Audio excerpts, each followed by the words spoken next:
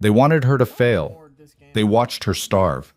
And they waited for the day they could buy her land for nothing. By the second autumn after her husband's death, Evelyn Mercer knew the truth. Her farm wasn't cursed.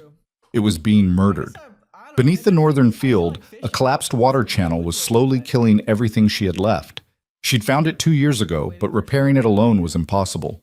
Broke, exhausted, and raising a young son, she had two choices: surrender the land to the men circling like vultures, or find a miracle. Stay with me until the end of this story.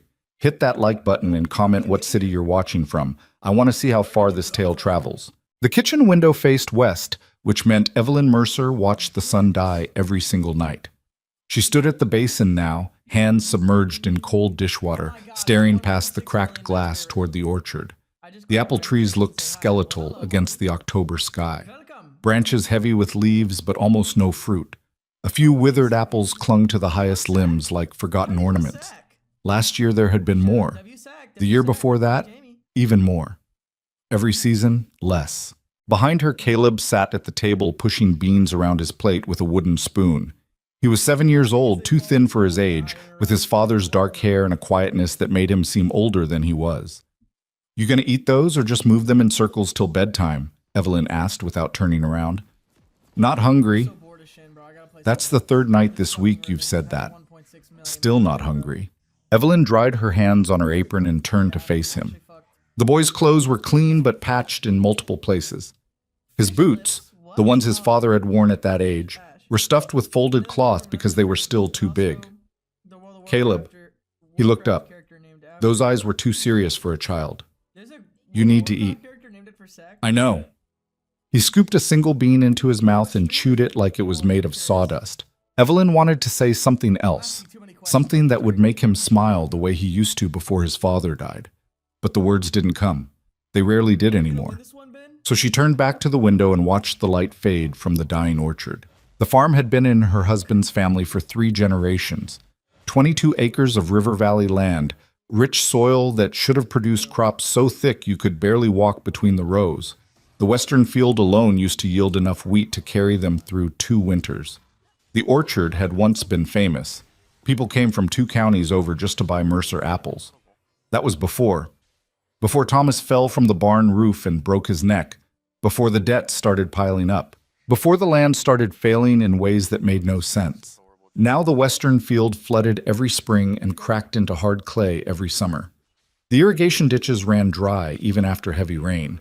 The apple trees bloomed late and produced fruit that rotted before it ripened.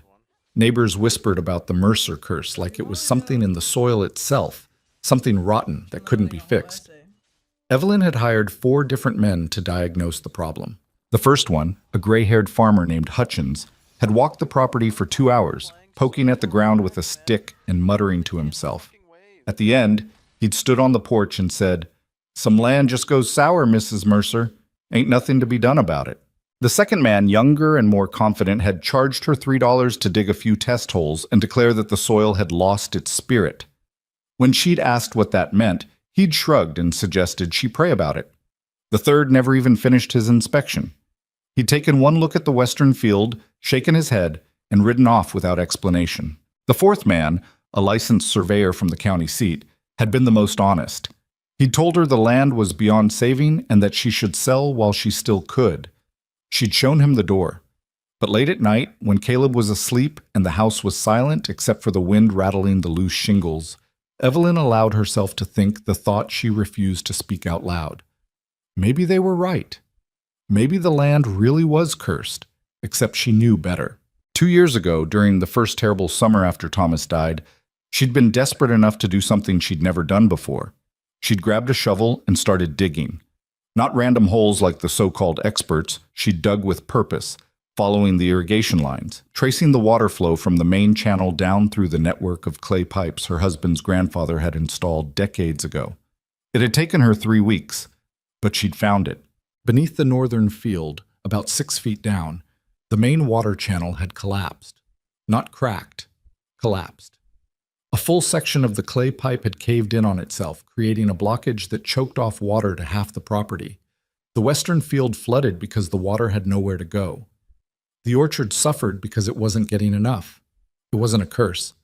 It was broken plumbing, and fixing it would have been simple for two men with the right tools and half a day's work. But Evelyn had been alone. She'd tried. She'd spent a full week digging out the collapsed section, but every time she got close, the trench walls caved in. The clay soil was too unstable, the hole too deep. She'd nearly been buried twice. On the second time, Caleb had found her waist deep in mud, struggling to climb out, and the look of terror on his face had ended the project immediately. She'd filled in the trench, said nothing to anyone, and tried to survive another season. Because what was the alternative? Tell people the truth and admit she couldn't fix it? Watch them offer sympathy while secretly calculating how cheap they could buy the land when she finally gave up? No. She'd buried the problem the same way she'd buried her husband. And now, 2 years later, the farm was dying anyway. Ma? Evelyn blinked. Caleb was standing beside her now, holding his empty plate. I ate them, he said quietly. She looked down. The plate was clean. Good boy. She took the plate and set it in the basin. Go get ready for bed. Can I check the traps first? It's almost dark. I'll be quick. She wanted to say no, wanted to keep him inside where it was safe and warm, but the traps were important. 2 rabbits this week meant meat they didn't have to buy. Stay close to the house and take the lantern. He was out the door before she finished the sentence. Evelyn watched through the window as his small silhouette moved across the yard toward the tree line, the lantern swinging in his hand. He moved carefully, the way Thomas used to move, like someone who understood that the world didn't owe you safety. She hated that he'd learned that so young. The sun was gone now. The sky had turned that deep purple color that came right before full dark. In the distance, she could see the faint glow of town, a handful of lights from the saloon, the general store, the blacksmith's forge. Coldwater wasn't much of a town, maybe 300 people if you counted the surrounding ranches. 1 main street, a dozen buildings, and a church with a bell that didn't ring anymore because no one wanted to pay to fix it. Thomas used to joke that Coldwater was the kind of place people left, not the kind they came to. But it was home. Or it had been. Now it felt like a trap. Every time she went into town, she felt the stares. Women whispering behind her back at the general store, men tipping their hats with smiles that didn't reach their eyes. Everyone waiting for her to fail so they could swoop in and buy the land for a fraction of what it was worth. She wasn't imagining it. Last month, Clayton Harris, who owned the ranch bordering her eastern property line, had stopped by to check on her. He'd stood on the porch in his expensive coat and clean boots, looking at her with the kind of pity that made her want to spit. Evelyn, I know things have been hard since Thomas passed, he'd said. If you ever decide the farm's too much to handle alone, I'd be happy to make you a fair offer. Fair. The way he'd said it made her skin crawl. I appreciate the concern, Clayton, but I'm managing just fine. Are you? He'd glanced past her toward the orchard where half the trees were already bare. Because from where I'm standing, it looks like the land's eating you alive. She'd closed the door in his face. But his words had stayed with her. The land's eating you alive. Maybe it was. She was 31 years old and felt 50. Her hands were calloused and cracked. Her back ached every morning. She'd sold almost everything valuable, her mother's silver, Thomas's pocket watch, even the good dishes they'd received as a wedding gift. The only things left were the land and her pride, and she was running out of both. A knock at the door startled her. Evelyn froze. It was full dark now. Nobody came calling after sundown unless something was wrong. She grabbed the rifle from above the doorframe and held it low against her leg as she approached. Who's there? Name's Silas Reed, ma'am. I'm looking for work. The voice was low, calm, not threatening, but not friendly either. Just factual. Evelyn cracked the door open, keeping the rifle ready. The man on her porch was tall and lean, maybe 40 years old, with dark hair going gray at the temples. He wore a battered coat and boots that had seen a lot of miles. His face was weathered, but not unkind. We're not hiring, Evelyn said. Didn't ask if you were. Asked if you needed work done. Same thing. Not really. He glanced past her toward the kitchen. Noticed your chimney's leaking smoke into the house. Means the flue's blocked, or the bricks have shifted. Either way, it'll get worse when winter hits. Evelyn hadn't noticed, but now that he mentioned it, she could smell it. The faint trace of smoke that had been lingering in the kitchen for weeks. I can fix it for a meal and a place to sleep in the barn, the man continued. No money required. I don't know you. No, ma'am, you don't. So why should I let a stranger sleep on my property? Silas Reed looked at her directly for the first time. His eyes were gray and steady. Because that chimney's going to fill your house with smoke in about 2 weeks, and your boy's going to wake up coughing every night until spring. You can hire someone from town for $10, or you can let me fix it for free. Evelyn's grip tightened on the rifle. How do you know I have a boy? Saw him checking traps when I rode up. Moves quiet for his age. You taught him well. It wasn't a threat, just an observation. But something about the way he said it made Evelyn pause. This man had been watching. I appreciate the offer, she said slowly, but I'll manage on my own. Silas nodded once, like he'd expected that answer. Fair enough. He turned to leave, then stopped. One more thing, ma'am. Your northern irrigation line, it's not cursed. Evelyn's blood went cold. Excuse me? The reason your land's failing, it's not bad luck or sour soil. Your main water channel collapsed. Probably 6 feet down, buried under clay. Easy fix for 2 people. Impossible for 1. He said it matter-of-factly, like he was commenting on the weather. Evelyn's heart was pounding now. How do you know that? Same way I know your chimney's blocked. I pay attention. He tipped his hat. Good night, Mrs. Mercer. And then he was gone, walking back toward the road where a horse stood waiting in the shadows. Evelyn stood in the doorway, rifle trembling in her hands, watching him disappear into the dark. Nobody knew about the collapsed channel. Nobody. She'd told no one. She'd filled in the trench and buried the secret because admitting the truth meant admitting she couldn't fix it alone. So how the hell did a stranger know? Ma. Caleb's voice came from the yard. Evelyn stepped outside and saw him running toward the house, lantern swinging wildly. There's a man by the road. I know. It's all right. Who is he? Evelyn didn't answer. She watched the shadows where Silas Reed had vanished, her mind racing. A drifter looking for work wasn't unusual. Plenty of men rode through Coldwater looking for day labor. But a drifter who knew about collapsed irrigation lines? That was something else. Caleb reached the porch, breathing hard. Did he try to hurt you? No, baby. He was just asking about work. Are you going to hire him? Evelyn looked down at her son. His face was pale in the lantern light, eyes wide with worry. I don't know yet. But even as she said it, her mind was already turning. If Silas Reed really knew about the water channel, that meant one of 2 things. Either he'd been spying on her property for weeks, which was terrifying, or he actually understood land and water systems well enough to diagnose the problem just by looking, which was potentially useful. Both options were dangerous, but desperation had a way of making dangerous things look reasonable. Come on, she said, guiding Caleb inside. Let's get you to bed. That night, after Caleb was asleep, Evelyn sat at the kitchen table with the ledger open in front of her. The numbers didn't lie. She had $43 left. Rent on the land was due in 2 months, $60. She owed the general store $18 for supplies. The seed she'd need for spring planting would cost at least $20. Even if she sold every apple in the orchard and every bushel of wheat in the western field, she'd still come up short. And that was assuming the crops didn't fail again. She closed the ledger and pressed her palms against her eyes. Thomas used to handle the numbers. He'd sit at this same table every Sunday night, writing in his careful handwriting, making everything add up. Even in the hard years, he'd always found a way. But Thomas was gone, and Evelyn was drowning. She thought about Clayton Harris and his fair offer, thought about the other ranchers who'd been circling the property like buzzards. They were all waiting for the same thing, for her to break. And she was so damn close. But then she thought about Silas Reed. Your northern irrigation line, it's not cursed. Nobody in 2 years had said anything like that. Not the experts she'd hired, not the neighbors who claimed to care. Everyone had treated the failing farm like a mystery, like some act of nature beyond understanding.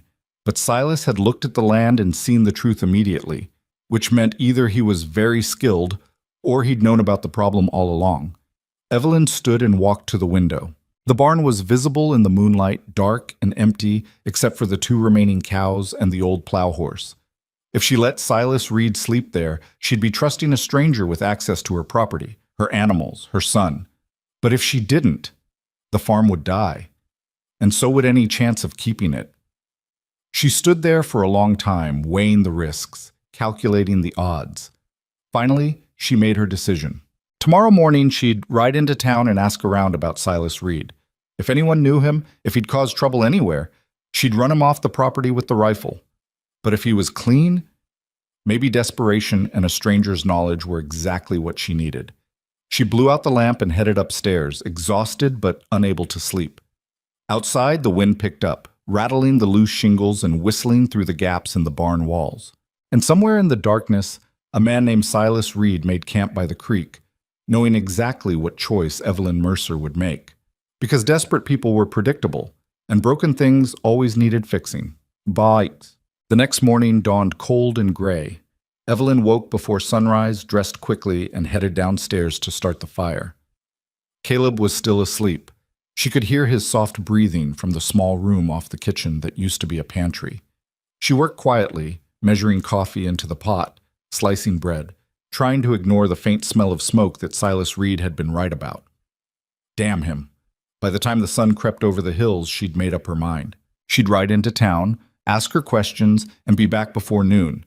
But when she stepped outside to saddle the horse, she stopped dead. Silas Reed was sitting on her porch.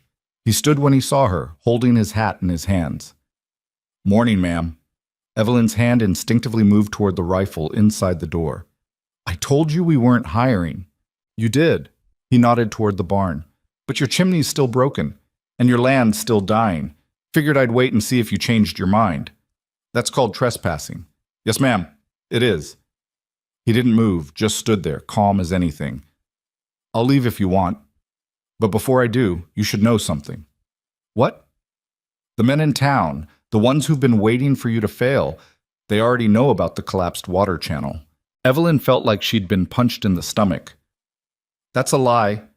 "No, ma'am, it's not." Silas's voice was quiet but firm. "I was at the saloon last night, heard Clayton Harris and 2 others talking. They've known for over a year. They're just waiting for you to give up so they can buy the land cheap and fix it themselves." The world tilted. Evelyn grabbed the porch railing to steady herself. "You're lying," she said again, but her voice sounded weak even to her own ears. "I've got no reason to lie." Silas put his hat back on. "But I understand if you don't believe me. Like you said, you don't know me." He turned to leave. "Wait." He stopped. Evelyn's mind was racing. If what he said was true, if the men in town had known all along, that meant they'd watched her struggle for 2 years, watched her sell everything she owned, watched her son go hungry, all so they could steal her land. She looked at Silas Reed, this stranger who'd appeared out of nowhere with answers no one else had given her. "Why are you telling me this?" He was quiet for a moment. "Because I don't like watching vultures circle." "And what do you get out of it?"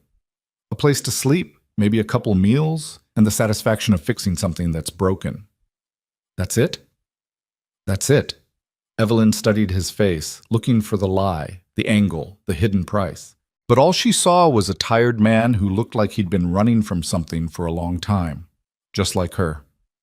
"The barn's got a leak in the northwest corner," she said finally, "and the door doesn't latch properly. You'll freeze at night." "I've slept in worse." "I can't pay you." "Didn't ask you to." Evelyn took a breath. "If you steal from me, I'll shoot you." "Yes, ma'am." "And if you so much as look at my son the wrong way, I'll leave before that happens." She believed him. She didn't know why, but she did. "All right then." She stepped aside. "Barn's yours. We eat at sundown. Don't expect anything fancy." Silas nodded once and headed toward the barn without another word. Evelyn watched him go, her heart pounding. She'd just invited a stranger onto her failing farm based on nothing but desperation and a gut feeling. Thomas would have called her reckless. But Thomas wasn't here, and reckless was all she had left. Silas worked in silence. For 3 days, Evelyn barely saw him, except at mealtimes. He'd appear at the kitchen door exactly at sundown, hat in hand, boots scraped clean of mud. He'd eat whatever she put in front of him without comment, thank her quietly, and disappear back to the barn before Caleb could ask him more than 2 questions. On the 4th morning, Evelyn found him on the roof. She'd walked outside to feed the chickens and nearly dropped the bucket when she saw him perched on the peak of the house, pulling bricks out of the chimney one by one. "What the hell are you doing up there?" she called. "Fixing your chimney." "I didn't ask you to do that yet." "You didn't ask me not to." He pulled another brick loose and examined it. "This one's cracked clean through. You've got 3 more just like it. The whole top section needs rebuilding or you'll have a house fire by January." Evelyn shaded her eyes against the morning sun. From the ground, Silas looked impossibly high up, balanced on the steep pitch like it was nothing. "You fall off my roof and break your neck. That's your own fault," she said. "Yes, ma'am. And I'm not paying you extra for work I didn't approve." "Didn't ask you to." She wanted to argue, but he'd already gone back to work, pulling bricks with the kind of careful precision that came from years of practice. Evelyn watched him for another moment, then went back to feeding the chickens, trying to ignore the uncomfortable feeling in her chest that might have been gratitude. By noon, Silas had torn down the top 4 rows of brickwork and was rebuilding them with fresh mortar he'd mixed himself from lime and sand he'd found in the barn. Evelyn had no idea where he'd learned to do that, but she wasn't about to ask. Caleb, however, had no such reservations. The boy appeared at Evelyn's elbow while she was hanging laundry, staring up at the roof with wide eyes. "How's he staying up there without falling?" "Practice, I imagine." "Can I go up and watch?" "Absolutely not." "But, Ma," I said, "No, Caleb. That roof's steep, and you're not old enough." "I'm almost 8. Almost doesn't count." She pinned a sheet to the line and glanced at him. "You finish your chores?" "Yes, ma'am." "All of them? Including mucking the stalls?" Caleb's face fell. "I was going to do that after—" "Do it now." He trudged off toward the barn, shoulders slumped in defeat, and Evelyn felt a pang of guilt. The boy had so little to be excited about these days, but letting him climb on roofs wasn't the answer. She went back to hanging laundry, trying not to think about how much easier this would have been with Thomas here. He would have fixed the chimney himself, would have known exactly what to say to make Caleb laugh instead of mope, would have known whether trusting Silas Reed was smart or suicidal. By evening, the chimney was finished. Silas climbed down just as the sun started to set, covered in brick dust and dried mortar. He stood in the yard, brushing off his hands and examining his work with a critical eye. "Should hold for another 20 years, he said when Evelyn came out to call him for supper. "Longer if you keep the cap clear of debris." Evelyn looked up at the chimney. It looked exactly the same as before, except straighter somehow. "Thank you," she said, and meant it. Silas nodded once and headed toward the barn to wash up. That night at supper, Caleb broke the silence. "How'd you learn to fix chimneys?" Silas looked up from his plate. "Practice." "Where?" "Different places." "Like where?" "Caleb," Evelyn warned, but Silas didn't seem bothered. He set down his fork and considered the question. "Worked on a ranch in Montana for a while. Owner had 6 chimneys and all of them leaked. Learned by fixing my mistakes." "Were you a cowboy?" Caleb's eyes lit up. "Sometimes." "Did you have a gun?" "Caleb, that's enough," Evelyn said sharply. Silas picked up his fork again. "It's all right. Yeah, I had a gun. Don't anymore." "Why not?" "Didn't need it." Caleb opened his mouth to ask another question, but Evelyn cut him off with a look that could have stopped a charging bull. The boy went back to his food, sulking. They ate in silence for a while. Then Silas spoke again, his voice quiet. "Your boy asked a fair question, Mrs. Mercer. I don't mind answering. He's too curious for his own good. Curious isn't a bad thing. It is when it gets you into trouble." Silas looked at her, something unreadable in his gray eyes. Trouble's going to find him whether he's curious or not. Might as well let him ask questions while he can. Evelyn wanted to snap back, wanted to tell this stranger he had no right to comment on how she raised her son. But the words stuck in her throat because part of her knew he was right. She stood abruptly and started clearing plates. "Caleb, go check the animals before bed." "But I already—" "Do it again." The boy left without another word. Alone in the kitchen with Silas, Evelyn felt the weight of the silence pressing down. She scrubbed a plate harder than necessary, keeping her back to him. "I appreciate the work you've done," she said finally, "but don't mistake room and board for permission to parent my child." "Wasn't trying to." "Good." She heard his chair scrape as he stood. "Mrs. Mercer." She didn't turn around. "That boy's scared, not of me, of everything. He's watching you carry the weight of this whole place on your shoulders, and he doesn't know how to help. Questions are the only tool he's got. Evelyn's hand stilled in the wash basin. You don't know anything about my son. No, ma'am. But I know what it's like to be a boy watching his mother break herself trying to survive. And I know what happens when nobody lets him ask why. The words hit harder than Evelyn wanted to admit. She turned slowly, ready to tell him to mind his own business, but Silas was already heading for the door. Thank you for supper, he said quietly, and then he was gone. Evelyn stood alone in the kitchen, hands dripping, chest tight with anger, and something else she couldn't name. She hated that he was right, hated that a stranger could see through her so easily. But most of all, she hated how badly she wanted someone, anyone, to tell her she was doing okay. The next morning, Silas was waiting by the barn when Evelyn came out to milk the cows. Need to talk to you about the water channel, he said. Evelyn's stomach dropped. She'd been avoiding this conversation, hoping maybe he'd forget or decide it wasn't worth the effort. What about it? If we're going to fix it, we need to start soon. Ground will freeze in 6 weeks, maybe less. After that, we're waiting till spring. I didn't say we were fixing it. Silas looked at her steadily. You didn't say we weren't. Evelyn set down the milk pail harder than necessary. I can't afford to pay you for that kind of work. The chimney was one thing, but digging out a collapsed irrigation line, that's weeks of labor. 3 days if we do it right, maybe 4. Still can't pay you. Still not asking. Why? The question came out sharper than she intended. Why the hell would you do that for nothing? Silas was quiet for a moment. When he spoke, his voice was careful. You ever see a dog caught in a trap? The question caught her off guard. What? A dog in a trap. You ever see one? I don't see what that has to do with... Just answer the question. Evelyn crossed her arms. Yeah, I've seen it. What'd you do? Let it out, obviously. Why? Because it was suffering. Even though it wasn't your dog. Even though you didn't put it in the trap? Evelyn saw where this was going and didn't like it one bit. That's different. How? Because I'm not a dog in a trap.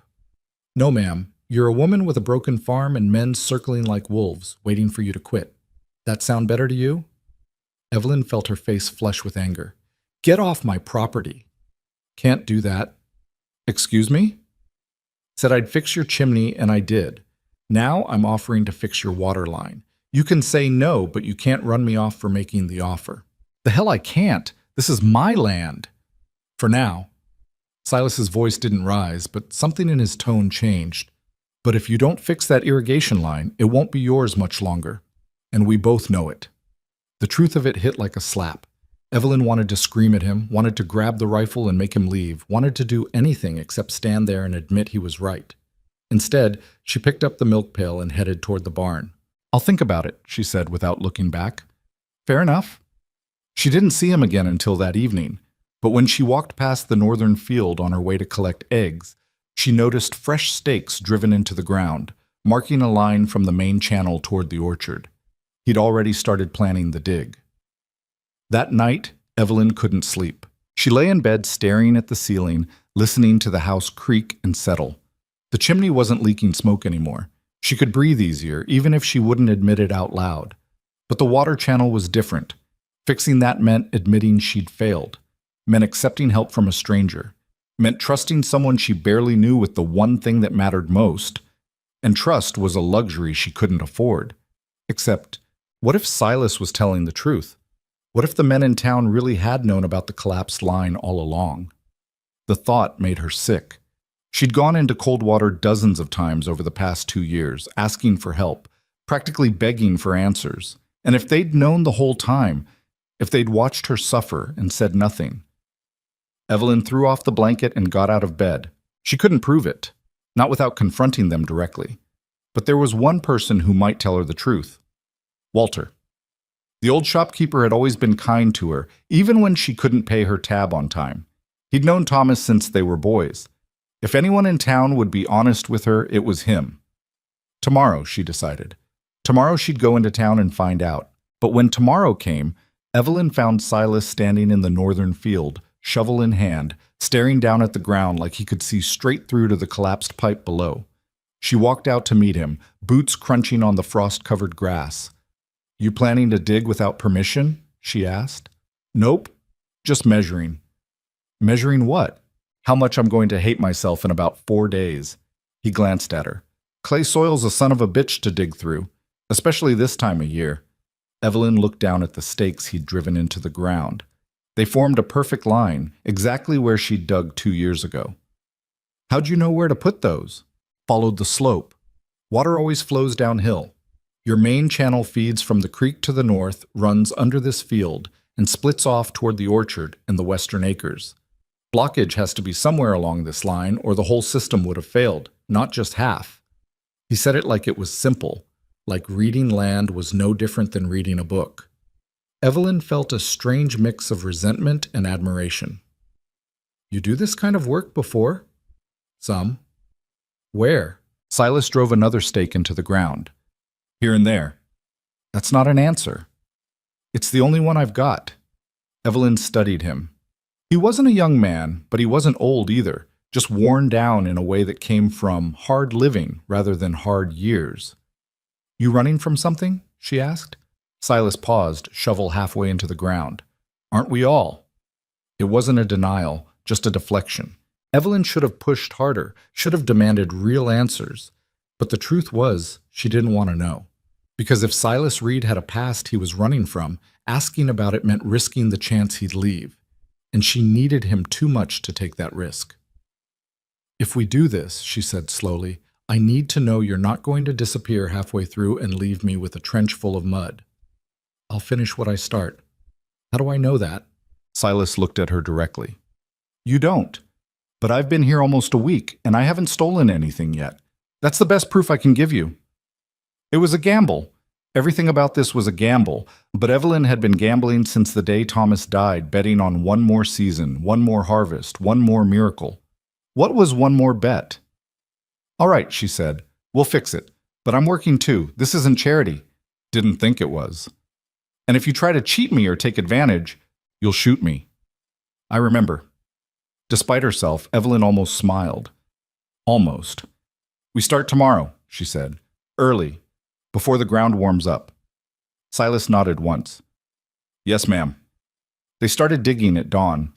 The ground was frozen solid for the first 6 inches, and it took them an hour just to break through. Below that, the clay was dense and wet, sucking at the shovel with every scoop.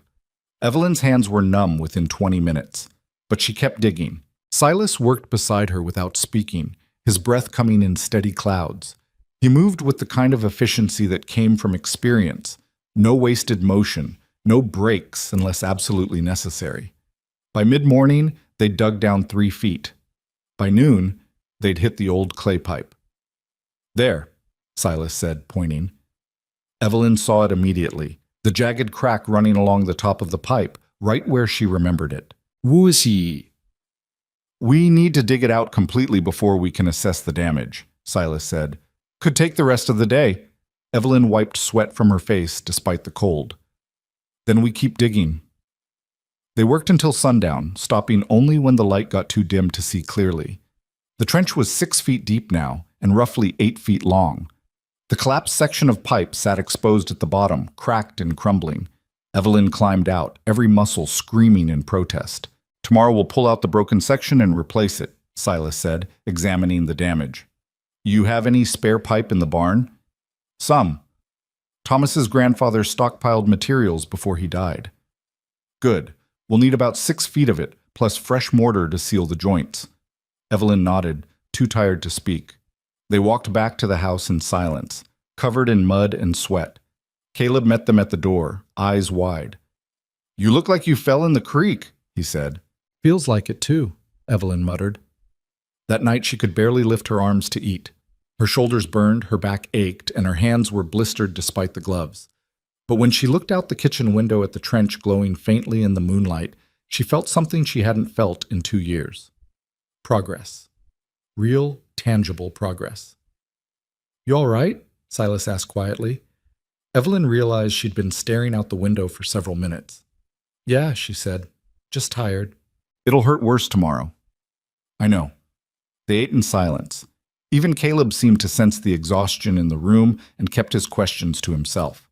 After supper, Silas stood to leave, but Evelyn stopped him. "Why are you really doing this?" He paused in the doorway. "Told you already. Don't like watching vultures circle." "That's not a reason. That's an excuse." Silas turned to face her. For the first time since he'd arrived, she saw something flicker in his eyes, something raw and unguarded. "Maybe I'm tired of running," he said quietly. "Maybe I needed to fix something that actually matters." Before Evelyn could respond, he was gone. She stood alone in the kitchen, his words echoing in her mind. Maybe I needed to fix something that actually matters. She understood that feeling better than she wanted to admit. The next 3 days blurred together in a haze of digging, lifting, and swearing. They pulled out the collapsed section of pipe piece by piece, each chunk heavier than the last. The clay walls kept trying to cave in, forcing them to brace the trench with wooden supports Silas fashioned from old barn planks. Caleb helped where he could, hauling water and tools, keeping watch to make sure the walls held. On the afternoon of the third day, they finally set the new pipe section in place. Silas mixed the mortar while Evelyn held the pipe steady, both of them waist deep in cold mud. The smell of wet clay and lime filled the air. "Hold it level," Silas said, checking the alignment. "I am holding it level." "Your end's dropping. It's not—" Evelyn adjusted her grip and felt the pipe shift. "Okay, maybe a little." "A little's the difference between water and flooding." They adjusted, readjusted, and adjusted again until the pipe sat perfectly straight. Then Silas began sealing the joints with mortar, working quickly before it could set. Evelyn watched his hands move, precise, confident, sure. "Where'd you learn to do this?" she asked. "My father." It was the first real piece of information he'd volunteered. "He a builder?" "He was a lot of things." Silas smoothed the mortar with his thumb. "None of them very good." Evelyn wanted to ask more, but something in his tone warned her not to push. They worked in silence until the joints were sealed. Then they climbed out of the trench and stood looking down at their work. "Now we wait," Silas said. "Mortar needs 24 hours to cure before we can test it." Evelyn's whole body ached, but she felt lighter than she had in months. "And if it works?" "Then your land stops dying." "And if it doesn't?" Silas looked at her. "Then we try again." The simplicity of it almost made her laugh. Try again. Like it was that easy. Except maybe it was. Maybe survival really was just about getting up one more time than you got knocked down. That night, Evelyn slept better than she had in years. The next morning, they tested the repair. Silas had fashioned a temporary cap for the upstream end of the pipe, so they could fill the line with water and check for leaks. Evelyn stood at the trench, heart pounding, while Caleb hauled buckets from the well. "Ready?" Silas called from upstream. "Ready!" He pulled the cap. For a long moment, nothing happened. Then Evelyn heard it, the faint sound of water moving through the pipe. She watched the sealed joint, breath held, waiting for the telltale seep of a failed repair. But the mortar held. Water flowed clean and steady through the new section, disappearing downstream toward the orchard. "It's working," Caleb said, eyes wide. Evelyn didn't trust herself to speak. Silas climbed down into the trench to inspect the joints up close. He checked every inch, looking for cracks, testing the seal with his fingers. Finally, he looked up at Evelyn. "It'll hold." 3 words, but they meant everything. Evelyn felt something break loose in her chest, 2 years of fear and exhaustion and barely held together hope, all releasing at once. She turned away before Silas could see her face, pretending to check something in the distance. "We should start filling in the trench," she said, voice rough. "Yes, ma'am."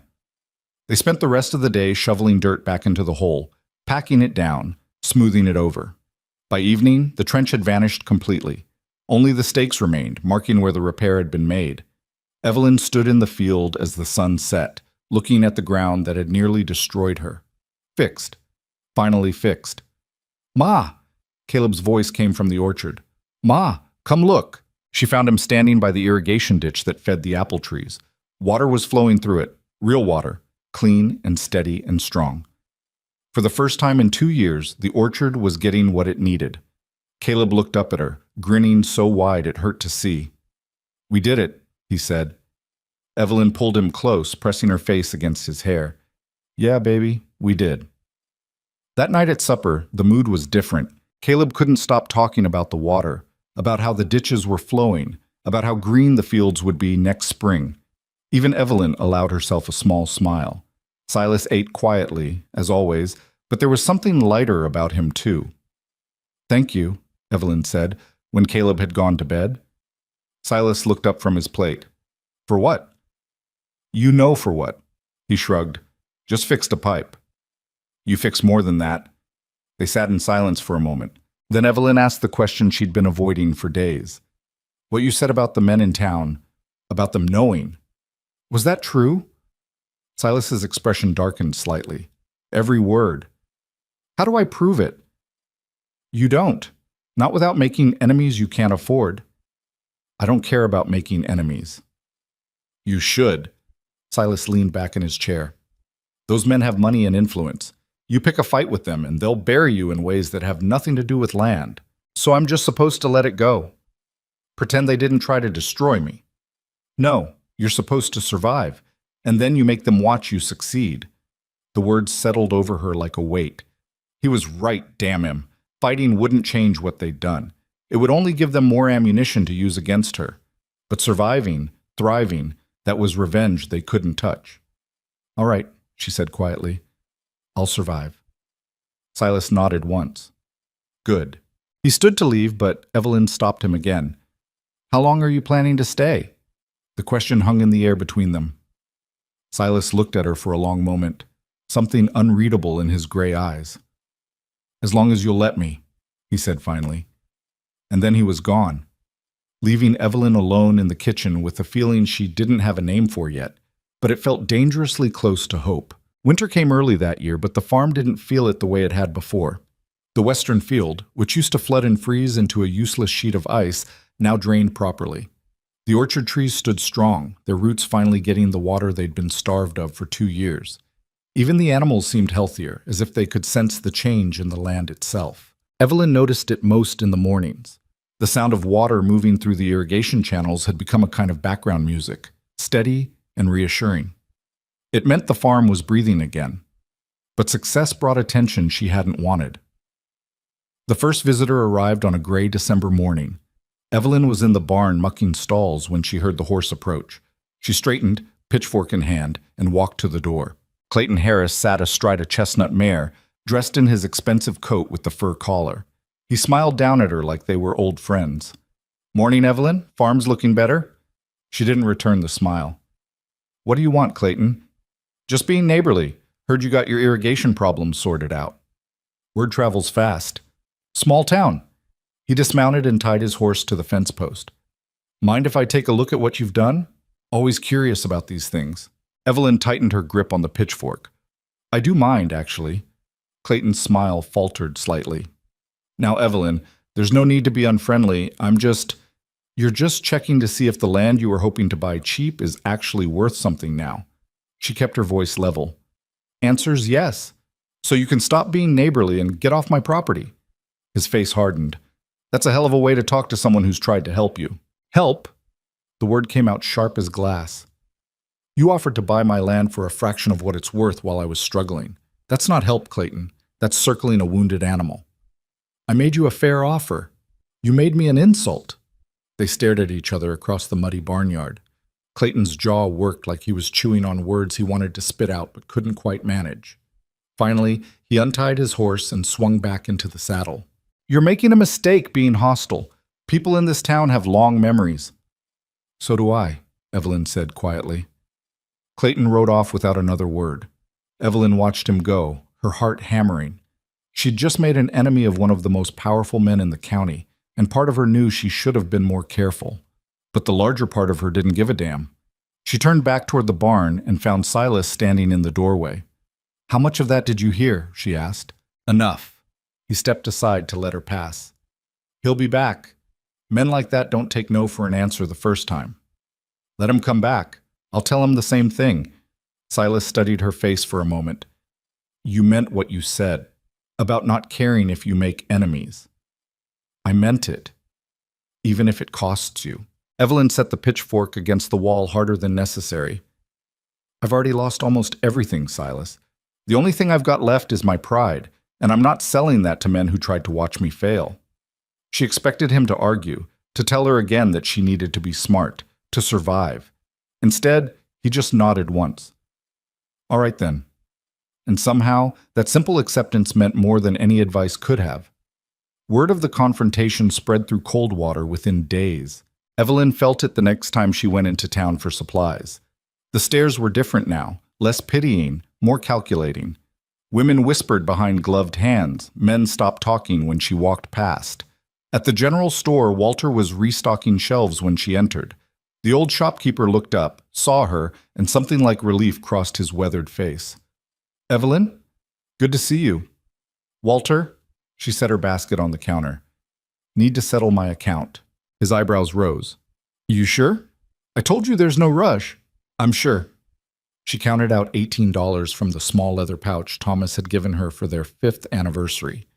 It hurt to part with the money, but she couldn't keep taking charity, not when the farm was finally producing again. Walter accepted the payment and made a notation in his ledger. "Heard you had words with Clayton Harris," he said casually, not looking up. "Did you?" "His versions got you threatening him with a pitchfork." "I was holding a pitchfork, didn't threaten him with it." "That's what I figured." Walter closed the ledger and leaned on the counter. "Listen, Evelyn, I know you and I go back a ways, so I'm going to say something I probably shouldn't." She waited. "Clayton's telling people you're unstable. Says grief's made you paranoid and hostile. He's got folks convinced you're going to run that farm into the ground again. And when you do, someone responsible should be ready to step in." The words landed like punches.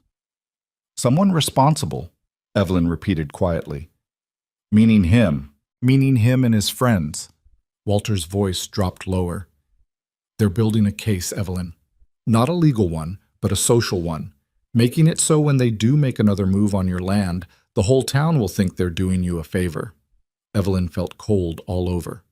"And you're telling me this because I'm tired of watching powerful men destroy decent people."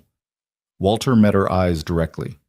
"And because I knew your husband, and he deserved better than what happened to you after he died." For a moment, Evelyn couldn't speak. "What do you know about what happened to me?" she asked finally. Walter hesitated. Then he glanced toward the door, checking to make sure they were alone. "I know Clayton and his people found your broken irrigation line a year and a half ago. I know they discussed it right here in this store, laughing about how easy the fix would be. And I know they decided to stay quiet and wait for you to break." There it was. Confirmation of what Silas had told her, spoken out loud by someone she'd known for years. Evelyn's hands curled into fists on the counter. "Why didn't you tell me?" "Because I'm a coward." Walter's voice was bitter. "I told myself it wasn't my business, that you'd figure it out on your own. But the truth is, I was scared of what they'd do to my store if I got involved. And now? Now I'm old enough that I don't care anymore." He pushed a small paper-wrapped package across the counter. "Extra thread and needles, no charge. Considerate payment for 2 years of keeping my mouth shut when I should have spoken up." Evelyn looked at the package, then at Walter's lined face. "I don't want your guilt, Walter. I want the truth. Who else was involved?" He rattled off 3 names, all wealthy ranchers, all men who'd offered their condolences at Thomas's funeral with smiles that hadn't reached their eyes. Evelyn committed the names to memory like stones she'd carry forever. "Thank you," she said quietly. "Don't thank me, I don't deserve it." Walter straightened, suddenly looking every one of his 70 years. "Just promise me you'll be careful. These men don't play fair." "Neither do I, not anymore." She left the store with her supplies and Walter's warning, both weighing heavy. When she got back to the farm, she found Silas and Caleb working on the eastern fence line. Her son was holding posts steady while Silas hammered them into the half-frozen ground. 3 more and we're done with this section," Silas was saying. "Then we move to Kits." He stopped when he saw Evelyn's face. "What happened?" Walter confirmed it. "Everything you said about Clayton and the others, it's all true." Caleb looked between them, confused. "Confirmed what?" Evelyn hesitated. The boy was only 7. He didn't need to know how ugly people could be. But Silas had been right about one thing. Caleb was going to face trouble whether she protected him from it or not. "Some men in town knew our land was broken and didn't tell us," she said carefully. "They wanted us to fail so they could buy the farm cheap." Caleb's face went pale. Why would they do that? Because people who want things sometimes don't care who they hurt to get them. That's not fair. No, baby, it's not. Caleb looked down at the post he was holding, his small hands tight on the wood. Are they going to try to take our farm? They're going to try. Evelyn knelt down so she was eye level with him. But we're not going to let them. Understand? He nodded, but she could see the fear in his eyes. That night, she lay awake thinking about Walter's warning. Clayton was building a case against her, painting her as unstable, damaged, unfit to run the farm. And when enough people believed it, he'd make his move. She needed to be smarter, needed to show the town that the Mercer farm wasn't failing anymore. It was thriving. The next morning, she found Silas in the barn oiling harness leather. I need your help with something, she said. He looked up. What kind of something? The kind that proves I'm not crazy. She pulled out a piece of paper where she'd been sketching plans. Spring planning's 4 months away. I want to expand the wheat field, add a new section to the orchard, maybe even try corn in the South Acre. Silas studied the sketch. That's ambitious. That's the point. I need this town to see that the farm isn't just surviving, it's growing. Can we do it? Depends. You got money for seed? Some. Not enough for everything, but enough to start. Silas nodded slowly. We'd need to clear the South Acre, prep the soil, build out the irrigation to reach it. That's 2 months of hard work, minimum. Then we start today. He looked at her with something that might have been respect. You're serious about this? Dead serious. All right then. He set down the leather and stood. But we do it right. No cutting corners, no rushing. Good farming takes time. I know. They started that afternoon. The South Acre had been sitting unused for 3 years, overgrown with wild grass and scrub brush.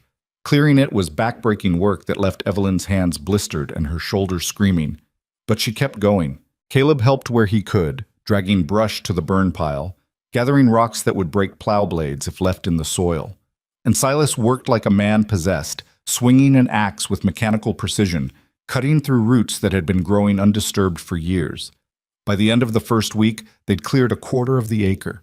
By the end of the second, half. And somewhere in the middle of the third week, Evelyn realized she wasn't just working to prove something to the town anymore. She was working because it felt good. The physical exhaustion, the visible progress, the way the land responded to their efforts, it reminded her of why she'd loved farming in the first place. Thomas used to say that land was honest. It gave back what you put into it. Nothing more, nothing less. She'd forgotten that. But now, standing in the middle of the half-cleared South Acre with dirt under her nails and sweat on her face, she remembered. One evening in late January, they were sitting on the porch after supper when Caleb asked the question he'd been holding back for weeks. Is Silas going to stay forever? Evelyn glanced at Silas, who was carving a piece of wood into something that looked like it might become a whistle. That's up to him, she said carefully. Caleb turned to Silas. Are you? Silas kept carving, his face unreadable in the fading light. Don't know yet. But you like it here, right? It's all right. Just all right? Caleb, Evelyn warned. But Silas set down his knife and looked at the boy directly. I like it fine, he said quietly. But liking a place and staying in a place aren't always the same thing. Why not? Because sometimes people have reasons to keep moving that don't have anything to do with where they are. Caleb frowned, trying to work through the logic. That doesn't make sense. It will when you're older. The boy looked dissatisfied with that answer, but he didn't push. After Caleb went inside to get ready for bed, Evelyn spoke. You planning to leave? Silas picked up his knife again. Everybody leaves eventually. That's not an answer. It's the only one I've got. Evelyn studied his profile in the twilight.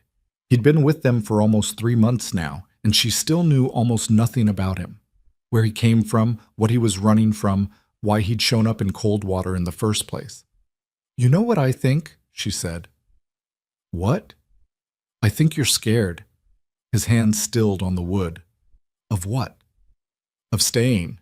Of putting down roots, of caring about something enough that it could hurt when you lose it. Silas didn't respond. I get it, Evelyn continued. I've been scared too. Scared of trusting people, scared of asking for help, scared of admitting I couldn't do everything alone. But being scared doesn't make the fear go away. It just makes you tired. Is there a point to this? Yeah, the point is you don't have to keep running. She stood up, brushing off her skirt. You've got a place here as long as you want it. No strings, no expectations. Just a place. She went inside before he could answer, leaving him alone on the porch with his half-carved whistle and his thoughts. The next morning, Silas was gone. Evelyn found his blanket folded neatly on the hay bale he'd been using as a bed, his few possessions packed and vanished. For one terrible moment, she thought he'd left for good. Then she heard the sound of an axe biting into wood from the direction of the south acre. She found him there, already working, like the conversation from the night before had never happened. But when he saw her, he stopped. Figured we should get this acre finished before the ground thaws, he said. Makes plowing easier. Evelyn crossed her arms. That's your excuse for being out here at dawn? It's not an excuse, it's a reason. Same thing. Not really. Despite herself, Evelyn smiled. You steal my lines now? Seemed fair, considering you stole my peace and quiet. It was the closest thing to a joke she'd ever heard him make. They worked side by side until noon, and neither of them mentioned the conversation from the night before. But something had shifted between them, something neither of them was quite ready to name yet. February brought bitter cold and 2 feet of snow. The farm went quiet under the blanket of white. Animals stayed in the barn. The fields disappeared beneath drifts. Even the sound of the irrigation channels was muffled and distant. Evelyn used the forced stillness to plan.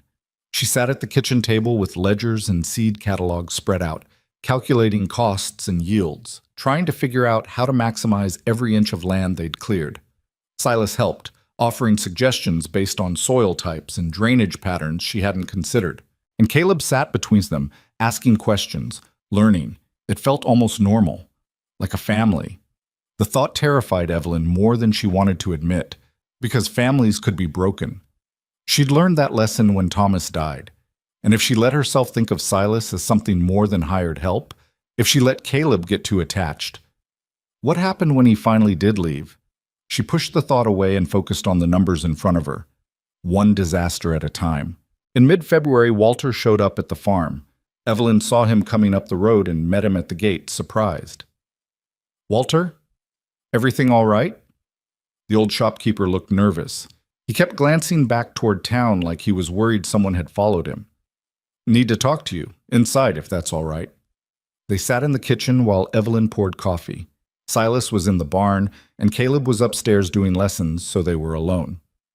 What's this about? Evelyn asked. Walter wrapped his hands around the mug like he needed the warmth.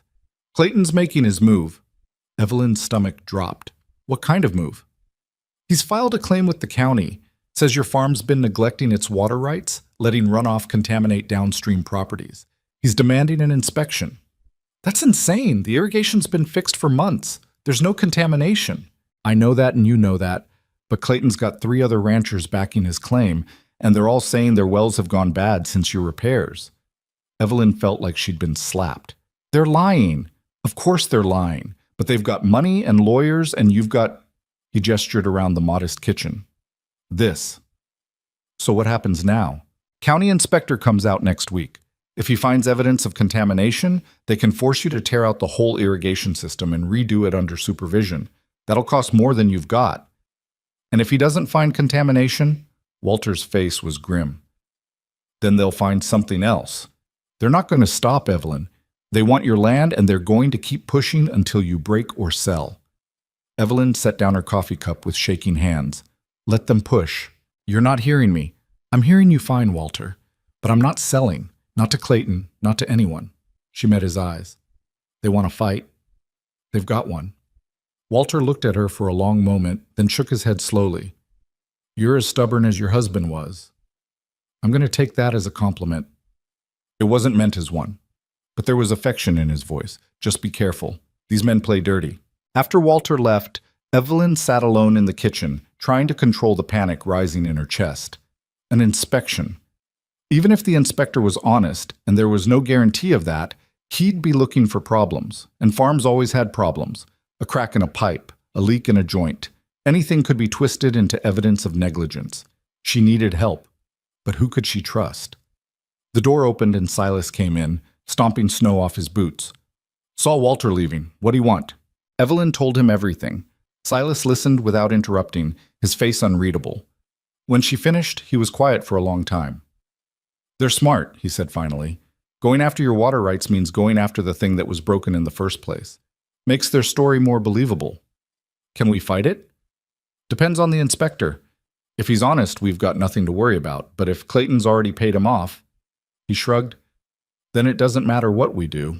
So we just wait and hope? No. Silas stood and grabbed his coat. We make damn sure there's nothing to find. They spent the next 3 days inspecting every inch of the irrigation system. They checked joints, tested water flow, looked for leaks that didn't exist. They cleared drainage ditches, reinforced weak sections of pipe, double-checked the mortar seals on the repair they'd made. By the time they finished, the irrigation system was in better shape than it had been in 20 years. But Evelyn still couldn't shake the feeling that it wouldn't be enough. The inspector arrived on a Tuesday morning. His name was Mills, a thin man in his 50s with ink-stained fingers and a permanent squint. He carried a leather case full of testing equipment and a notebook where he wrote everything down in tiny, precise handwriting. Clayton Harris arrived with him, along with 2 other ranchers Evelyn recognized from Walter's list. Mrs. Mercer, Clayton said with false warmth, thank you for cooperating with this inspection. Didn't have much choice, Evelyn said flatly. Mills cleared his throat.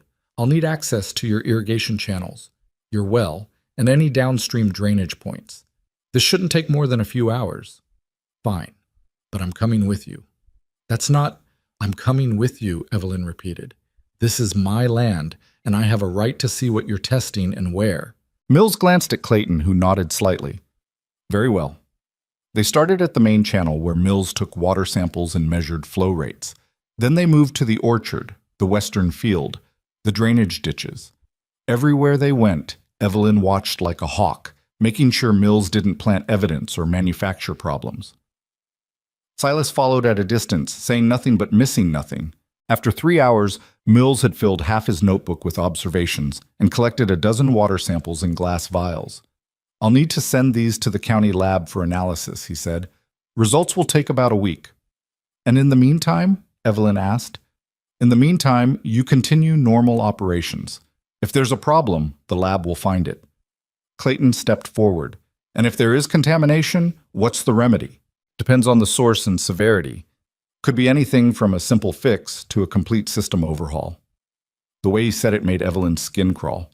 After they left, she stood in the yard feeling like she'd just been robbed at gunpoint. Silas came to stand beside her.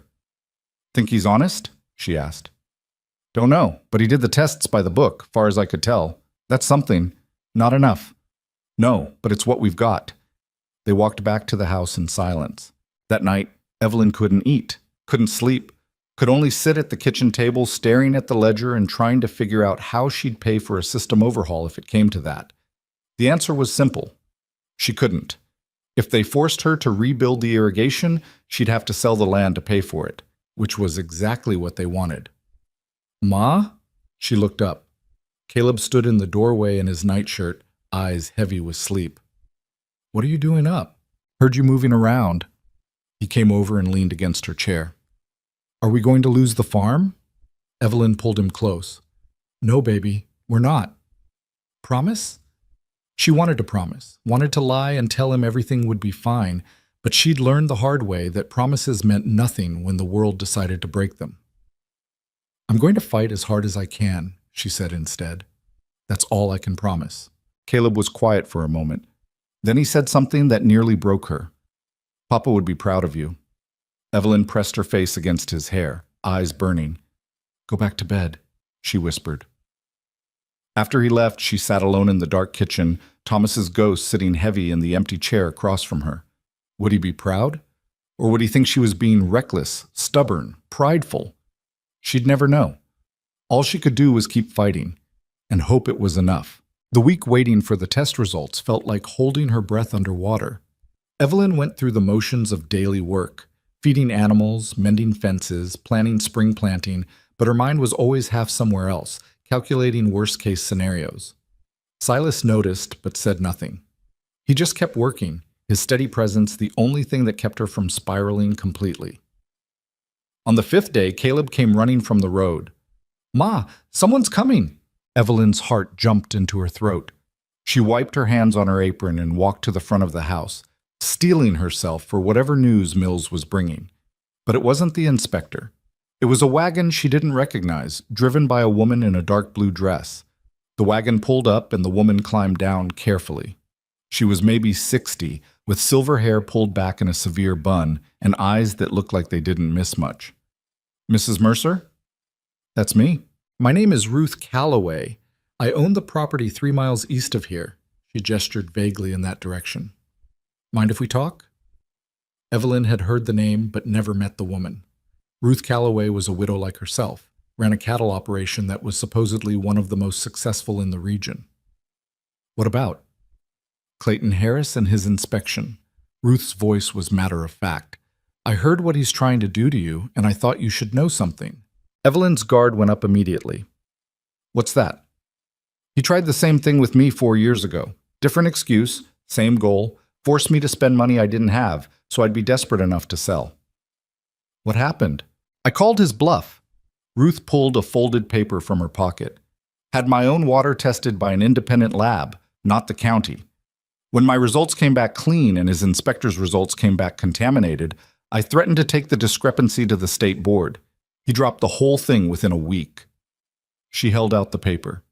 It was the name and address of a testing laboratory in the next county over. Get your water tested here, Ruth said. Do it before Mills gives you his results. That way, if his numbers don't match yours, you've got proof he's lying. Evelyn took the paper, stunned. Why are you helping me? Because I'm tired of men like Clayton Harris thinking they can bully women into giving up what's theirs. Ruth climbed back into her wagon. Also because your husband once helped me pull a calf that was breech. Never got to thank him properly before he passed. Thank you. Don't thank me yet. Just get your water tested. Ruth picked up the reins. And Mrs. Mercer, when you win this fight, and you will, don't let them see you celebrate. Men like that can't stand being beaten by someone they underestimated. Makes them dangerous. She drove off, leaving Evelyn standing in the yard holding a piece of paper that might be the only weapon she had. Silas appeared from the barn. Who was that? Someone who just gave us a fighting chance. That afternoon, Evelyn rode into the next county with water samples from every part of her irrigation system. The laboratory was a small building attached to the back of a druggist shop, run by a serious young man who treated each sample like it contained secrets. Results in 3 days, he told her. Sooner if you pay extra. How much extra? $2. Evelyn thought of the $43 she'd started with, now down to $27 after settling debts and buying supplies. I'll pay it.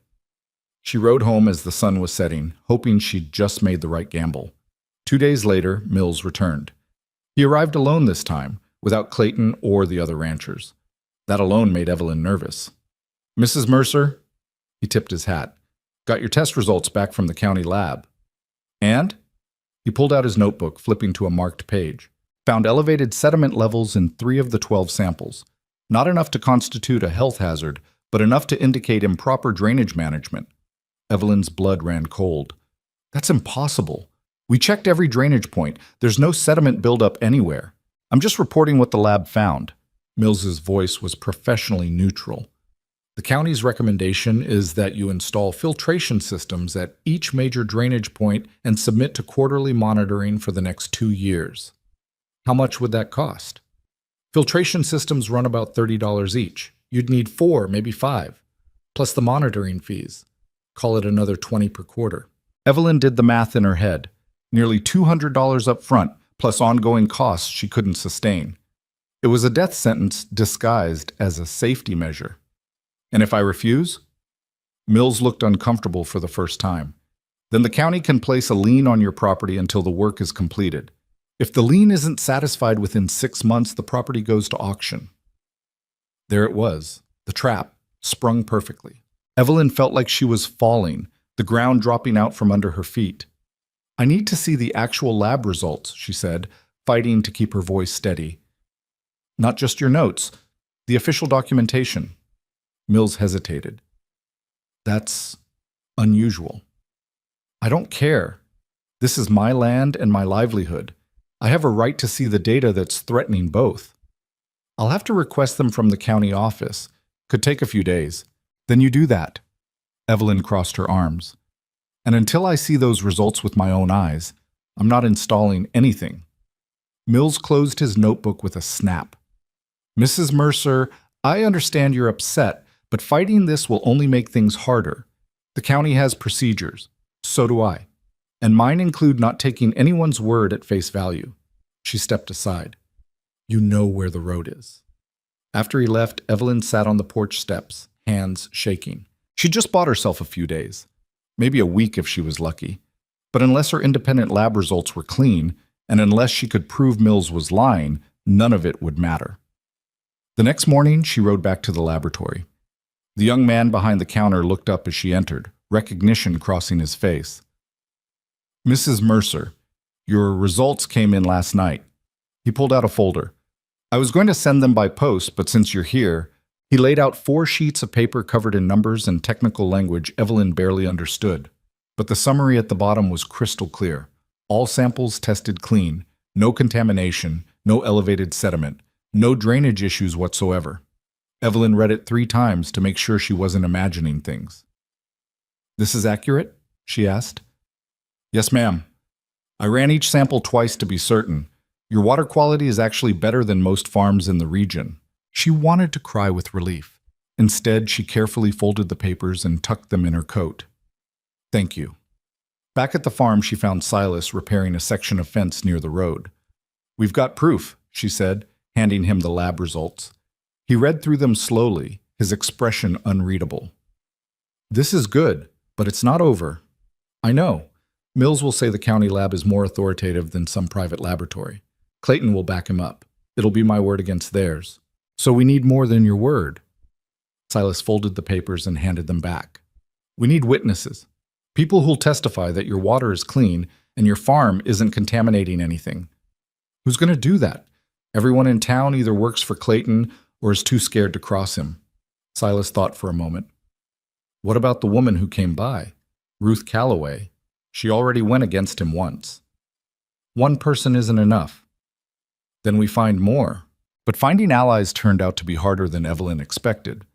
She spent the next 2 days riding to neighboring farms, explaining the situation, asking if anyone would be willing to test their own water to prove her farm wasn't the source of contamination. Most said no immediately. A few were sympathetic but claimed they couldn't afford to get involved. One old farmer told her flat out that going against Clayton Harris was suicide, and he wasn't interested in dying for someone else's fight. By the 3rd day, Evelyn was ready to give up. Then Walter showed up at the farm again. Heard you've been asking around for help, he said without preamble. Word travels fast. In Coldwater? Always. He pulled out a piece of paper. Got you 5 names. People who've agreed to have their water tested if you pay for it. They're all downstream from your property, so if your farm was really contaminating things, their wells would show it. Evelyn stared at the list. She recognized 3 of the names, small farmers, people who'd never had much but had always been decent. Why would they agree to this? Walter smiled grimly. Because Clayton Harris has bullied every single one of them at some point. They might be too scared to testify, but they're not too scared to hand you ammunition. How much will the testing cost? 5 samples at the rush rate, $10. It was money she didn't have, but she also didn't have a choice. I'll get you the money by tomorrow. That night, Evelyn sat at the kitchen table counting what was left of her savings. $27. If she paid for the testing, she'd have 17 left. Not enough for spring seed, not enough for emergencies, barely enough to feed them through the month if something went wrong. But if she didn't pay for the testing, she'd lose everything anyway. She was still sitting there when Silas came in for supper. He took one look at her face and the money spread across the table. What's the damage? $10 for water testing. Walter found people downstream who'll let us use their wells as proof. That's good. It's expensive. Silas pulled something from his pocket and set it on the table. It was a small leather pouch, the kind men carried their wages in. What's this? Evelyn asked. $15. All I've got saved. Use it. She stared at the pouch like it might bite her. I can't take your money. You're not taking it. I'm giving it. Silas, yep. This farm matters, he said quietly. Not just to you, to Caleb, to me. He pushed the pouch closer. Let me help. Evelyn felt something crack open in her chest. She'd been alone for so long, carrying everything by herself, that she'd forgotten what it felt like when someone genuinely wanted to share the weight. "I'll pay you back," she said, voice rough. "I know." She took the pouch. The next day, she gave Walter the money, and he arranged for the testing. 3 days later, the results came back. All 5 wells tested clean. No contamination, no sediment, no issues at all. Evelyn now had 6 independent lab reports, her own plus the 5 downstream properties, all proving that her farm wasn't the problem. She brought everything to Mills when he returned with the official county results. "These are from a private lab," Mills said dismissively. "The county doesn't accept—" "6 different labs," Evelyn interrupted. "6 different properties, all saying the same thing. My water is clean. So either every one of these labs is wrong, or your county lab is." Mills' face tightened. "Mrs. Mercer, I understand you're frustrated, but I'm not frustrated. I'm being railroaded." She spread the reports across his notebook. "You found contamination that doesn't exist. Why?"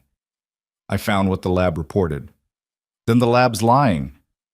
"That's a serious accusation." "It's a serious situation." Evelyn leaned forward. "I want the names of everyone who handled my samples at the county lab. I want chain of custody documentation. And I want to know exactly who requested this inspection in the first place, because I'm betting it wasn't a concerned citizen." Mills gathered up his papers, face flushed. "I'll relay your concerns to the county office. You do that, and tell them I'm filing a formal complaint about the testing procedure. If they want to put a lien on my property, they better be prepared to defend their science in front of a state board." It was a bluff. She had no idea how to file a complaint or appeal to a state board. But Mills didn't know that. He left looking significantly less confident than when he'd arrived. After he was gone, Evelyn sat on the porch steps, adrenaline making her hands shake. Silas came to sit beside her. "Think you scared him?" "I think I bought us time." "Maybe. That's more than we had yesterday." They sat in silence for a while, watching the sun sink toward the hills. "Can I ask you something?" Evelyn said. "Sure." "Why are you really here?" Silas was quiet for so long she thought he wasn't going to answer. Then he said, "I had a farm once, in Missouri. Not as big as this, but it was mine." Evelyn waited. "Had a wife too, Sarah. She died giving birth to our daughter. Baby didn't make it either." The words were flat, emotionless, but Evelyn could hear the weight behind them. "After that, I couldn't stay. Sold the place for half what it was worth and just started moving. Told myself I was looking for work, but really, I was just running." "From what?" "From being the kind of man who let his family down." He picked up a piece of gravel and turned it over in his fingers. "Sarah wanted that farm, wanted the life we were building, and when she died, it felt like everything I'd built was a lie. That's not your fault. I know, but knowing something and feeling it are different things." He tossed the gravel into the yard. "Anyway, I've been drifting for 6 years now, working places, fixing things, moving on before I could care too much. And then I rode into Coldwater and heard those men talking about you." And I saw a woman fighting for the exact thing I'd given up without a fight." He looked at her. "Made me angry. At them for trying to take it. At myself for letting go of mine so easy." Evelyn's throat was tight. "So you stayed to fix your guilt?" "Maybe at first. But that's not why I'm still here." "Then why?" Silas stood up, brushing off his pants. "Because this place feels like something worth fighting for, and I'm tired of running from things that matter." He walked back to the barn before she could respond. Evelyn sat alone on the porch as darkness fell, his words echoing in her mind. This place feels like something worth fighting for. She'd been so focused on survival, on proving she could handle everything alone, that she'd stopped seeing the farm as anything except a burden to carry. But Silas saw it differently. He saw potential, purpose, home. And somehow, his belief in it made her believe again, too. That night, for the first time in months, Evelyn slept soundly. The next week brought an unexpected visitor. Ruth Calloway returned, this time with a man Evelyn didn't recognize, tall, well-dressed, carrying a leather briefcase. "Mrs. Mercer," Ruth said, "this is Daniel Morrison. He's a lawyer from the state capitol." Evelyn's stomach dropped. "I can't afford a lawyer." "You're not paying," Morrison said.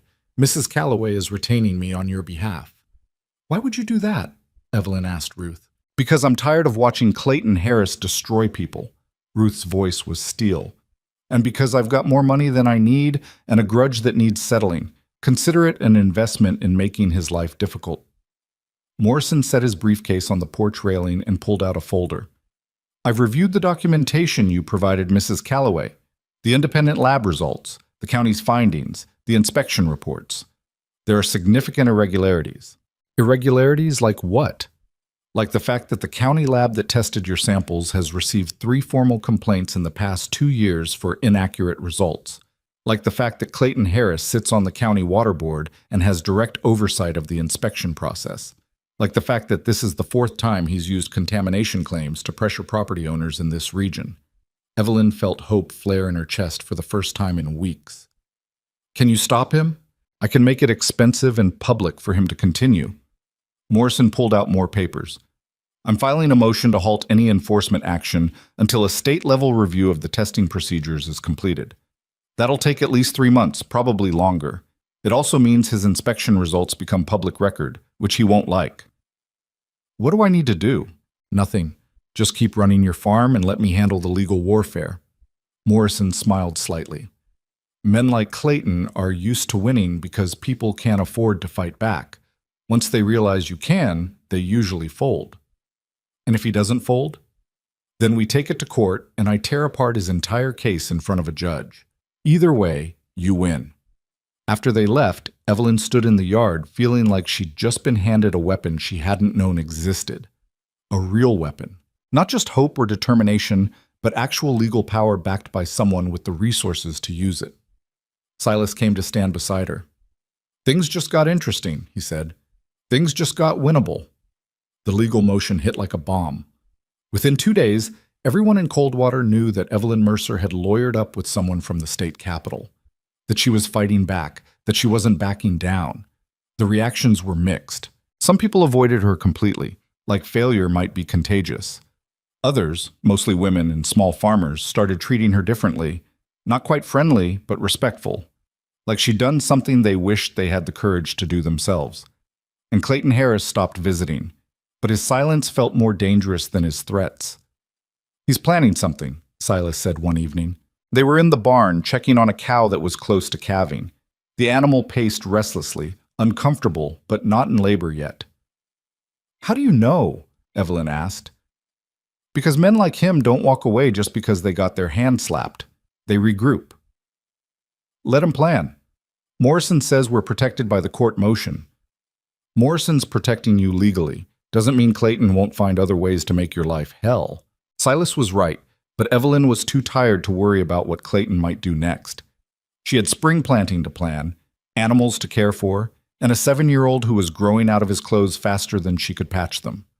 One crisis at a time, March arrived with warming temperatures and the first signs of thaw. The irrigation channels, properly repaired and functioning, began flowing again.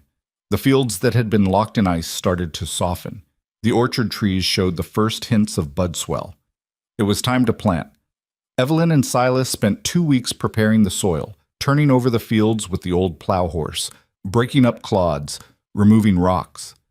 Caleb worked alongside them when he wasn't doing lessons, his small hands learning the rhythm of farm work the way his fathers had before him.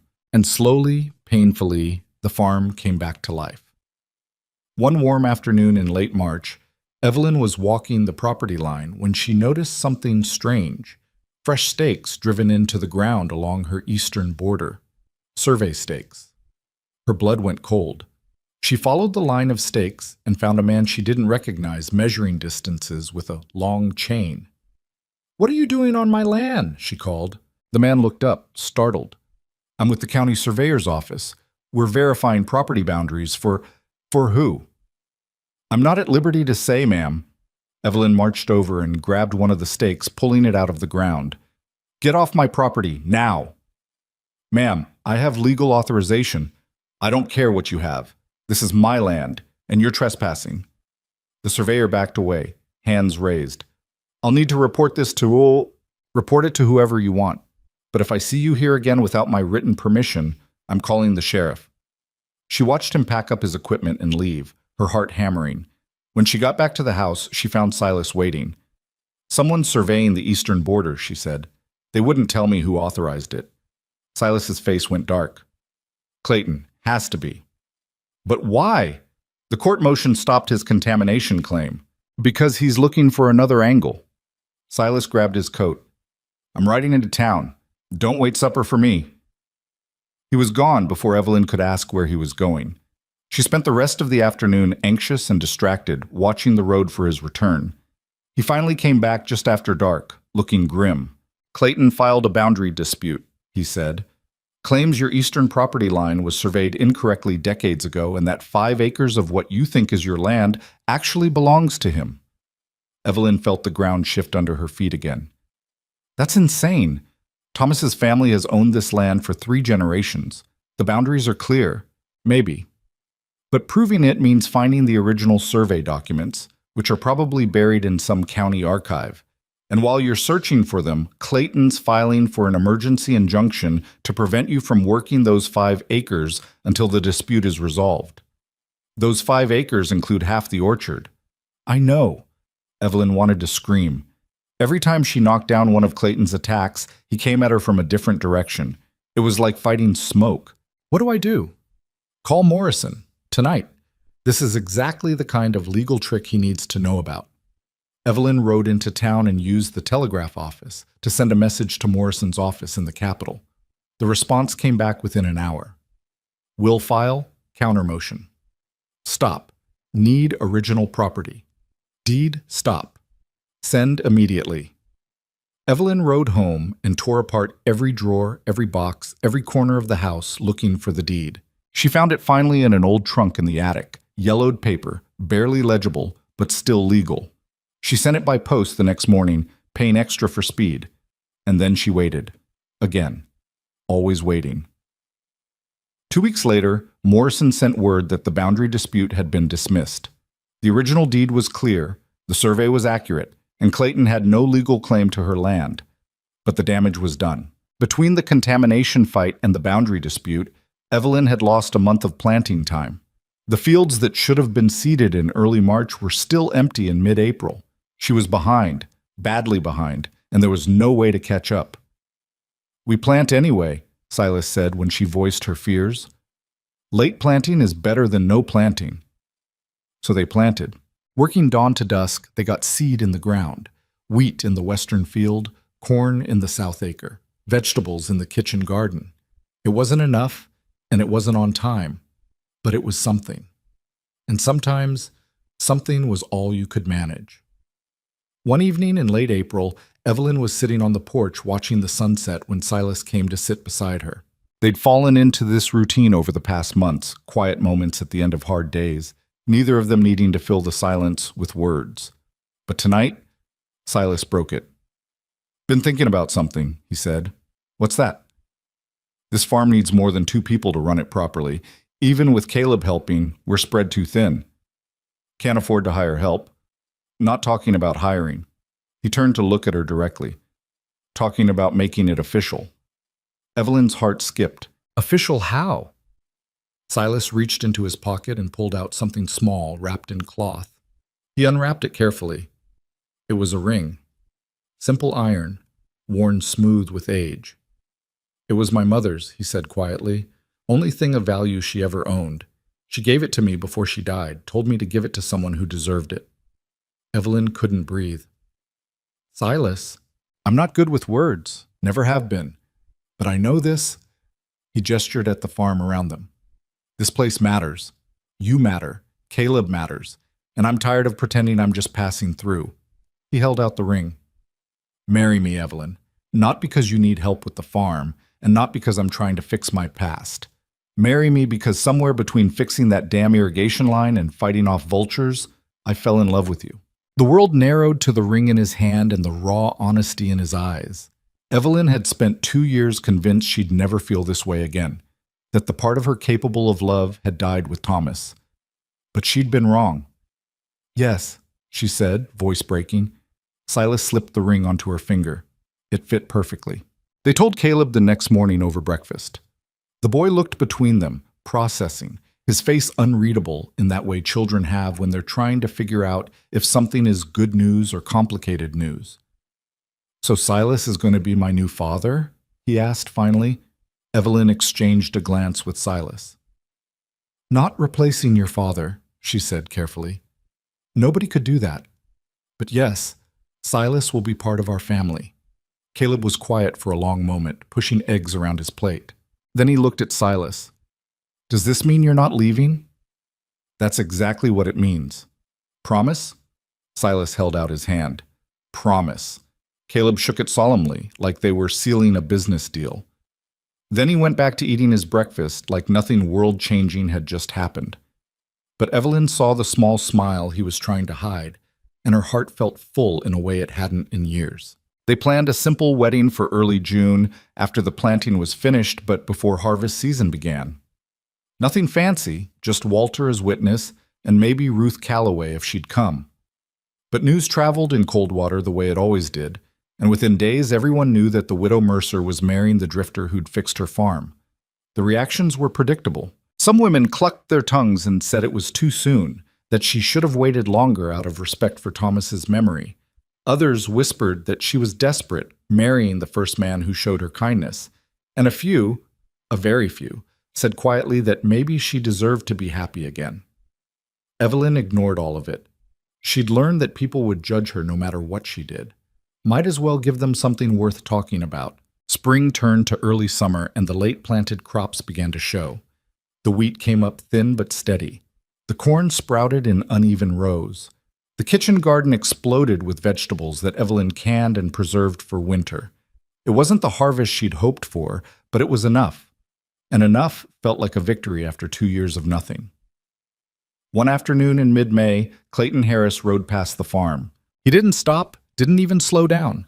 Just rode past on his expensive horse, staring at the green fields like they personally offended him. Evelyn was in the yard hanging laundry when she saw him. She stopped, clothespin in hand, and met his gaze head-on. For a long moment, they just looked at each other across the fence line. Then Clayton spurred his horse and rode off.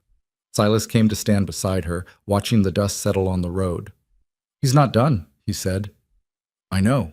But he's losing, and he knows it too." Evelyn hung the last sheet on the line. "Good."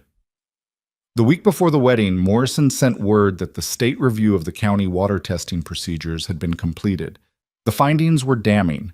The lab had falsified results on at least 7 cases over the past 3 years, all involving property disputes where Clayton Harris or his associates had financial interest.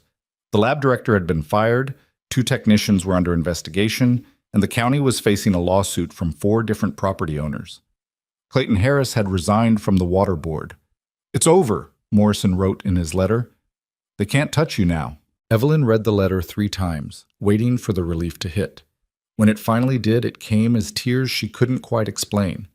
Not tears of joy exactly, more like the release of 2 years of pressure she'd been holding inside.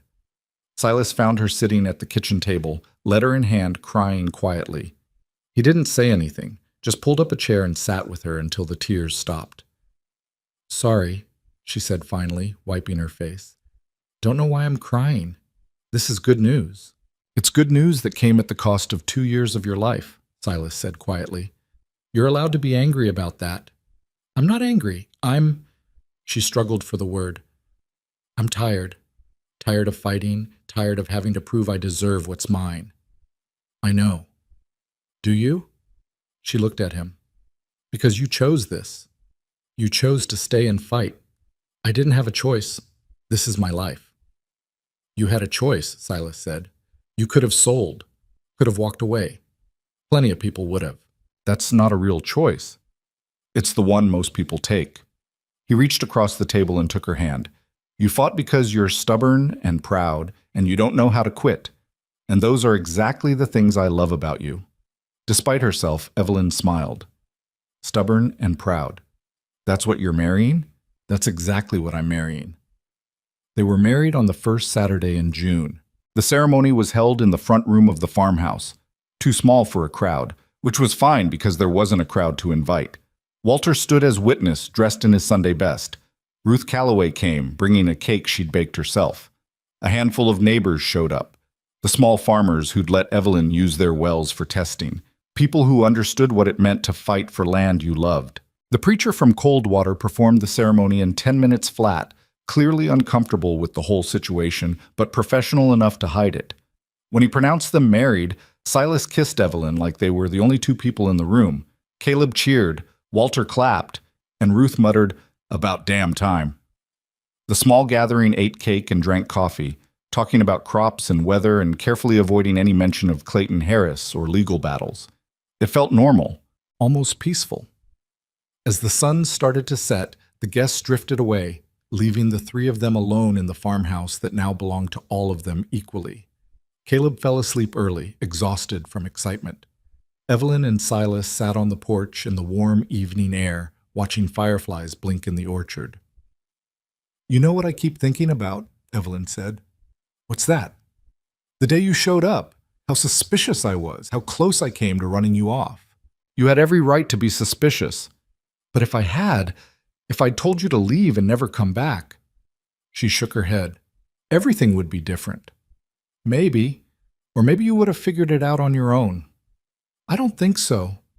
I was barely holding on, Silas. Another month and I would have broken." "You don't know that." "Yes, I do." She turned to look at him. "I was drowning, and you threw me a rope. That's the truth." Silas was quiet for a moment. "Then I'm glad I showed up when I did." They sat in comfortable silence, the kind that only comes when two people have been through hell together and come out the other side. Finally, Evelyn spoke again. "What do you think happens now?" "Now we farm, raise crops, fix things that break, survive the winters." Sounds boring. Sounds perfect. And somehow it did. Summer brought the kind of heat that made the air shimmer above the fields. The late-planted wheat struggled but survived. The corn grew tall and strong.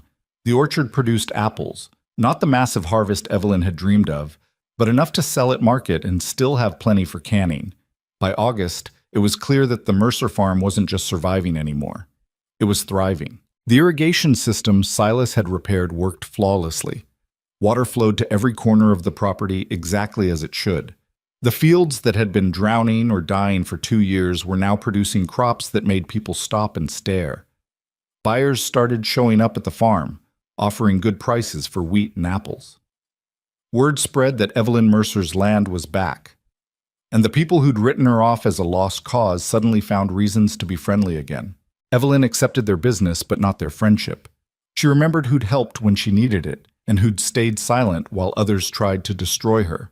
Some things couldn't be forgiven with a smile and a handshake. One hot afternoon in late August, a wagon pulled up carrying 3 young men looking for work. "Heard you might need harvest help," the oldest one said.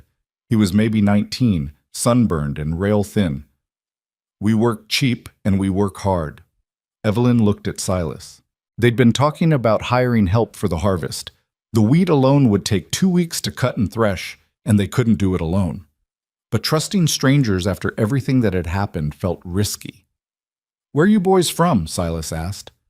"Kansas originally, been traveling looking for work since the drought hit our family's place." Something in the way he said it reminded Evelyn of herself 2 years ago, desperate but trying not to show it. "Pays $1 a day plus meals," she heard herself say. "You sleep in the barn and you don't touch anything that's not yours. Understood?" "Yes, ma'am."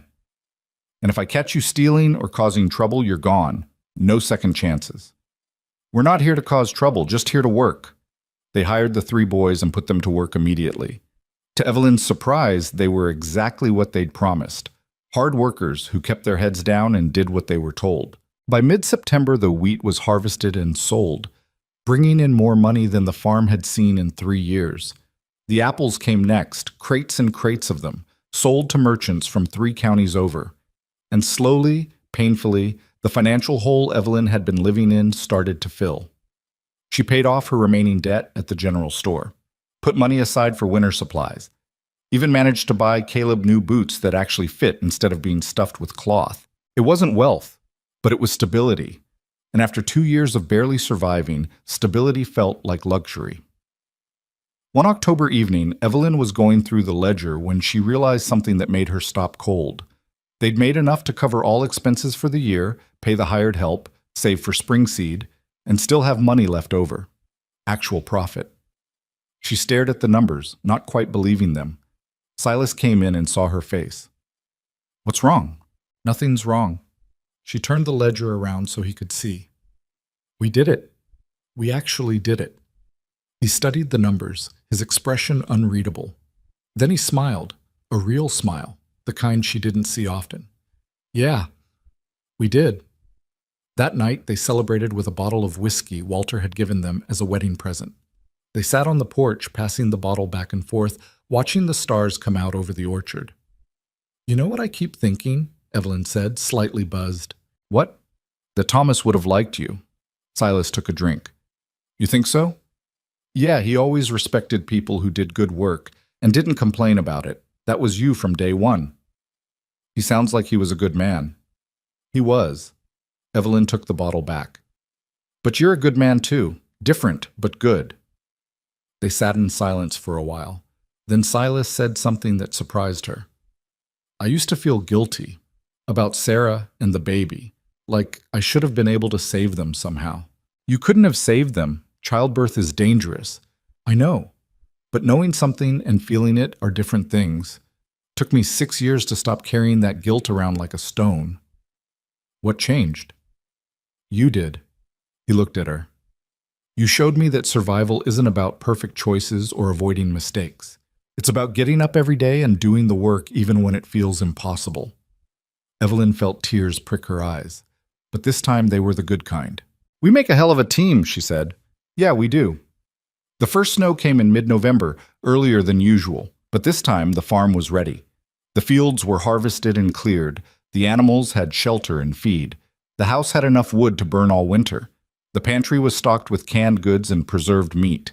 They were prepared. For the first time in 2 years, winter didn't feel like a threat. It felt like a rest. One cold December morning, Evelyn was in the kitchen making bread when she heard voices outside. She looked out the window and saw Clayton Harris on horseback, talking to Silas near the barn. Her heart jumped into her throat. She grabbed her coat and headed outside, ready for whatever fight was coming. But when she got close enough to hear, Clayton wasn't threatening or demanding. He was offering. "Fair market price for the eastern 5 acres, he was saying. "I know the boundary dispute was settled, but I'm still interested in expanding my property in that direction.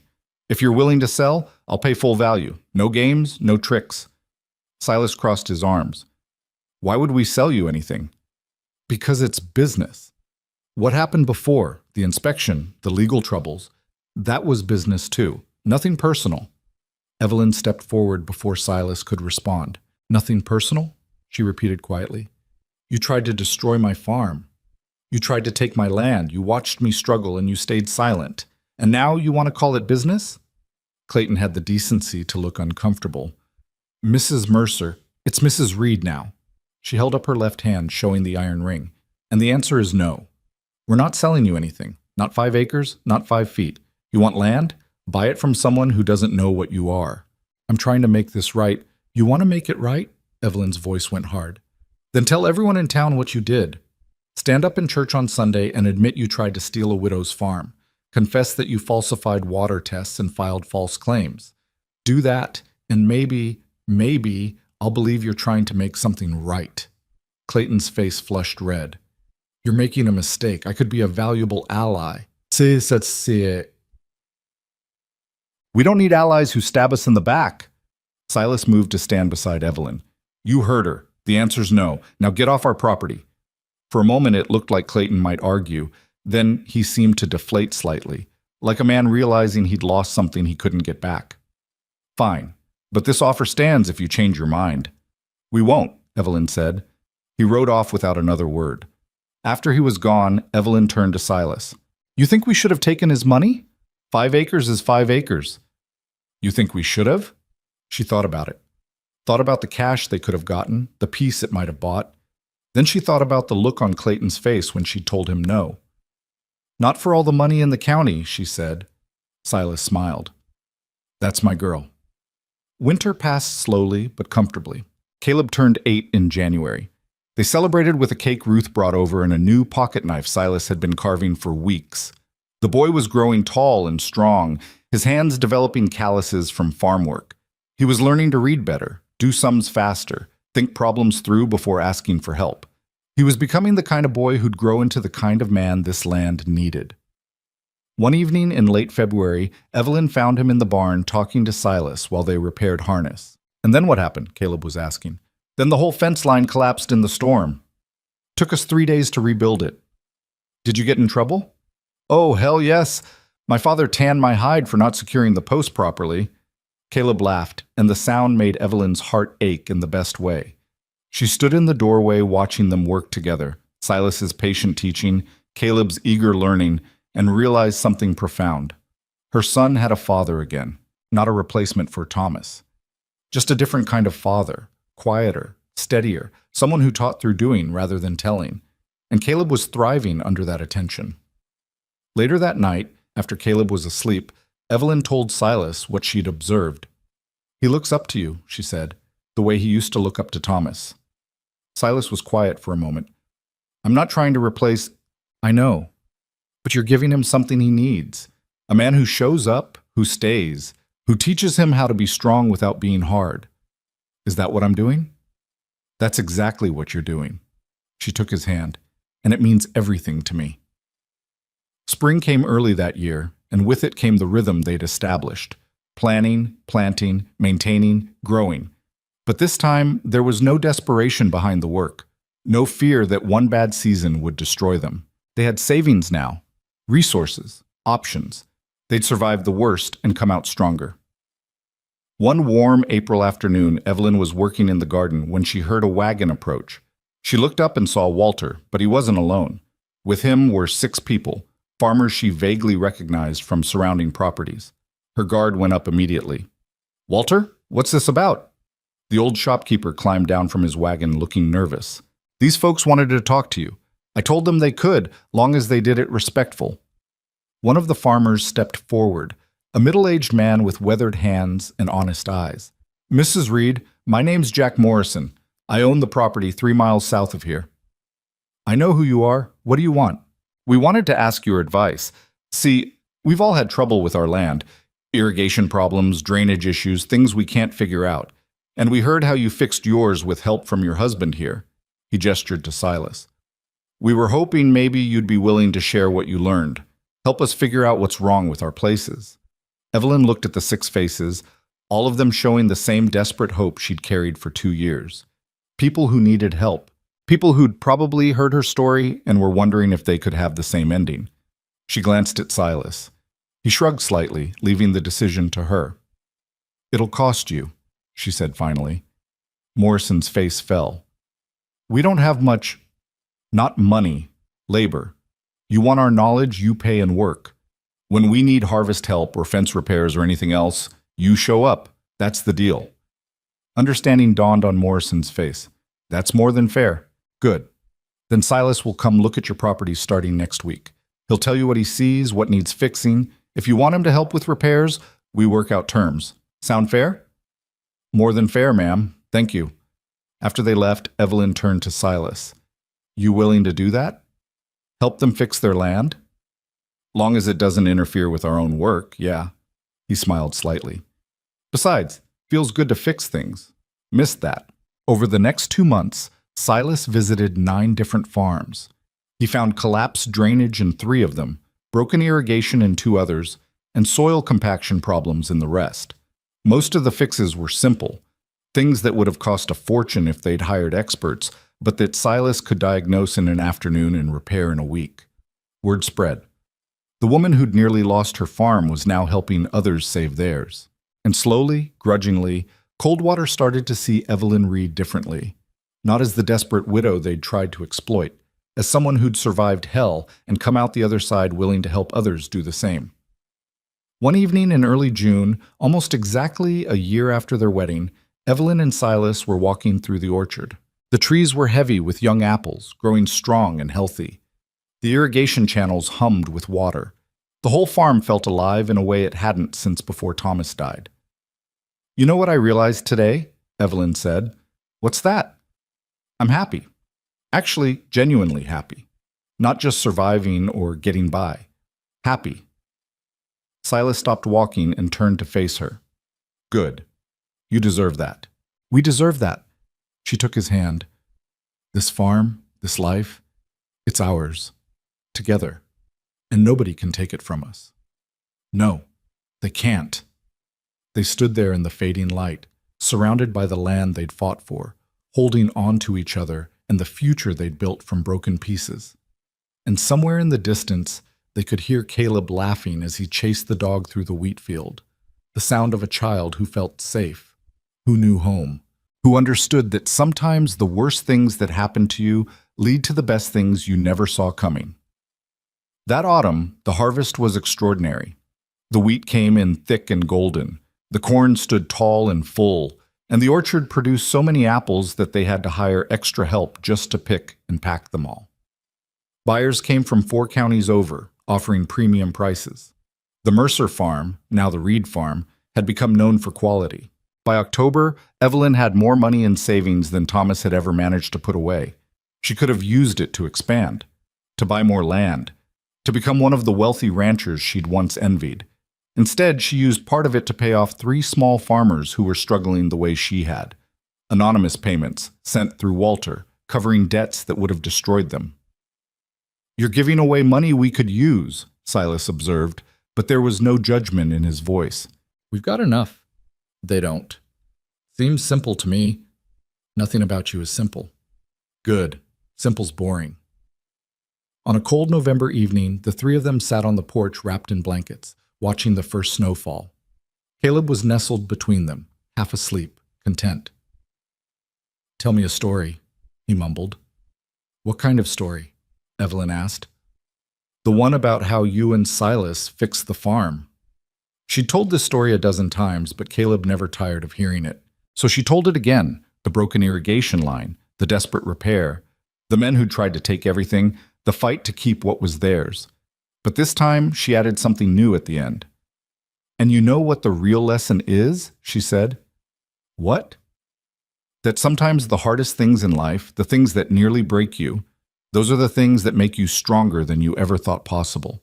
Not because they're easy, because they force you to find out what you're really made of." Caleb thought about that. "Are we strong now?" he asked. Evelyn looked at Silas, who was watching her with those steady gray eyes. "Yeah, baby, we're strong." "Good." Caleb yawned. "I like being strong." He fell asleep there on the porch, and Silas carried him inside to bed. When he came back, Evelyn was still sitting in the cold, watching the snow cover the fields that had nearly killed her and then saved her. "You coming in?" Silas asked. "In a minute, just thinking." He sat down beside her, waiting. "You ever wonder what would have happened if you hadn't shown up that day?" she asked. "Sometimes. I would have lost everything. The farm, my pride, maybe even Caleb if they decided I was unfit." She shook her head. "One stranger showing up at the right time changed my entire life." "Maybe. Or maybe you would have found another way. You're tougher than you give yourself credit for." "We'll never know, will we?" "No, but I'm glad we don't have to." Evelyn leaned against him, feeling the solid warmth of his shoulder. "Me too." They sat there until the cold drove them inside, where the fire was warm and the house smelled like the bread Evelyn had baked that morning. This was home now. Not just a place, but a feeling. Safety. Belonging. The knowledge that you didn't have to face everything alone. And as Evelyn banked the fire for the night and climbed the stairs to the bedroom she now shared with Silas, she thought about how strange life was. How the worst thing that had ever happened to her, Thomas's death, had eventually led to this. Not happiness bought cheap or easily, but happiness earned through blood and sweat and refusing to quit when quitting would have been so much easier. The kind of happiness that tasted like victory. Years later, when people asked Evelyn Reed how she'd saved her farm, she always gave the same answer. "I didn't save it alone." And that's the point. You can't do everything by yourself. Sometimes survival means letting someone help you, even when pride tells you not to. Sometimes strength isn't about standing alone. It's about knowing when to reach out and grab the hand someone's offering. The farm thrived for decades. Caleb grew up strong and capable, eventually taking over operations when Evelyn and Silas got too old for the hardest work. He married a girl from the next county over, a school teacher with a sharp mind and a kind heart. They had 3 children who ran wild through the same orchards their grandmother had fought to save. And every autumn, when the apples came ripe and the fields turned gold, someone would drive past and say, "That's the Reed farm. Used to be cursed, you know."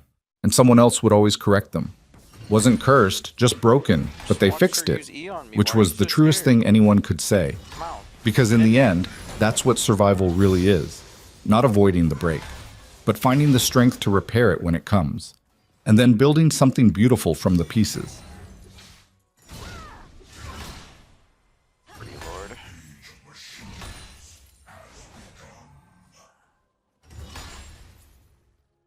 Twinning them. Sucks at Nami. Made me laugh. Oh, that.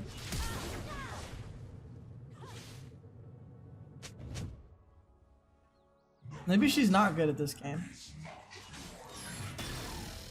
Oh, maybe I'm not good at this game. Yes, focus the Lux. Yes, I'm shooting Ash. Focus the Lux. That makes a lot of sense, I think.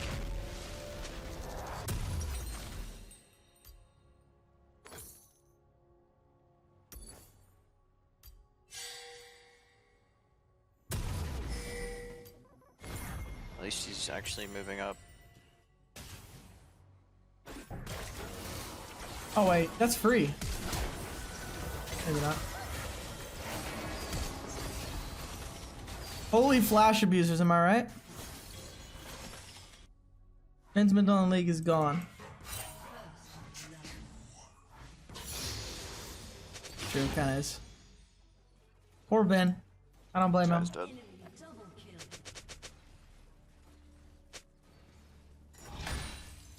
Vygar's still mid, by the way. Shavana said excellent. That's funny. Excellent. So real. I felt that. James, you want to... If you were a TV show, you'd be Hazbin Hotel. There's... Don't say that. Don't piss me off. Don't piss me off, bro.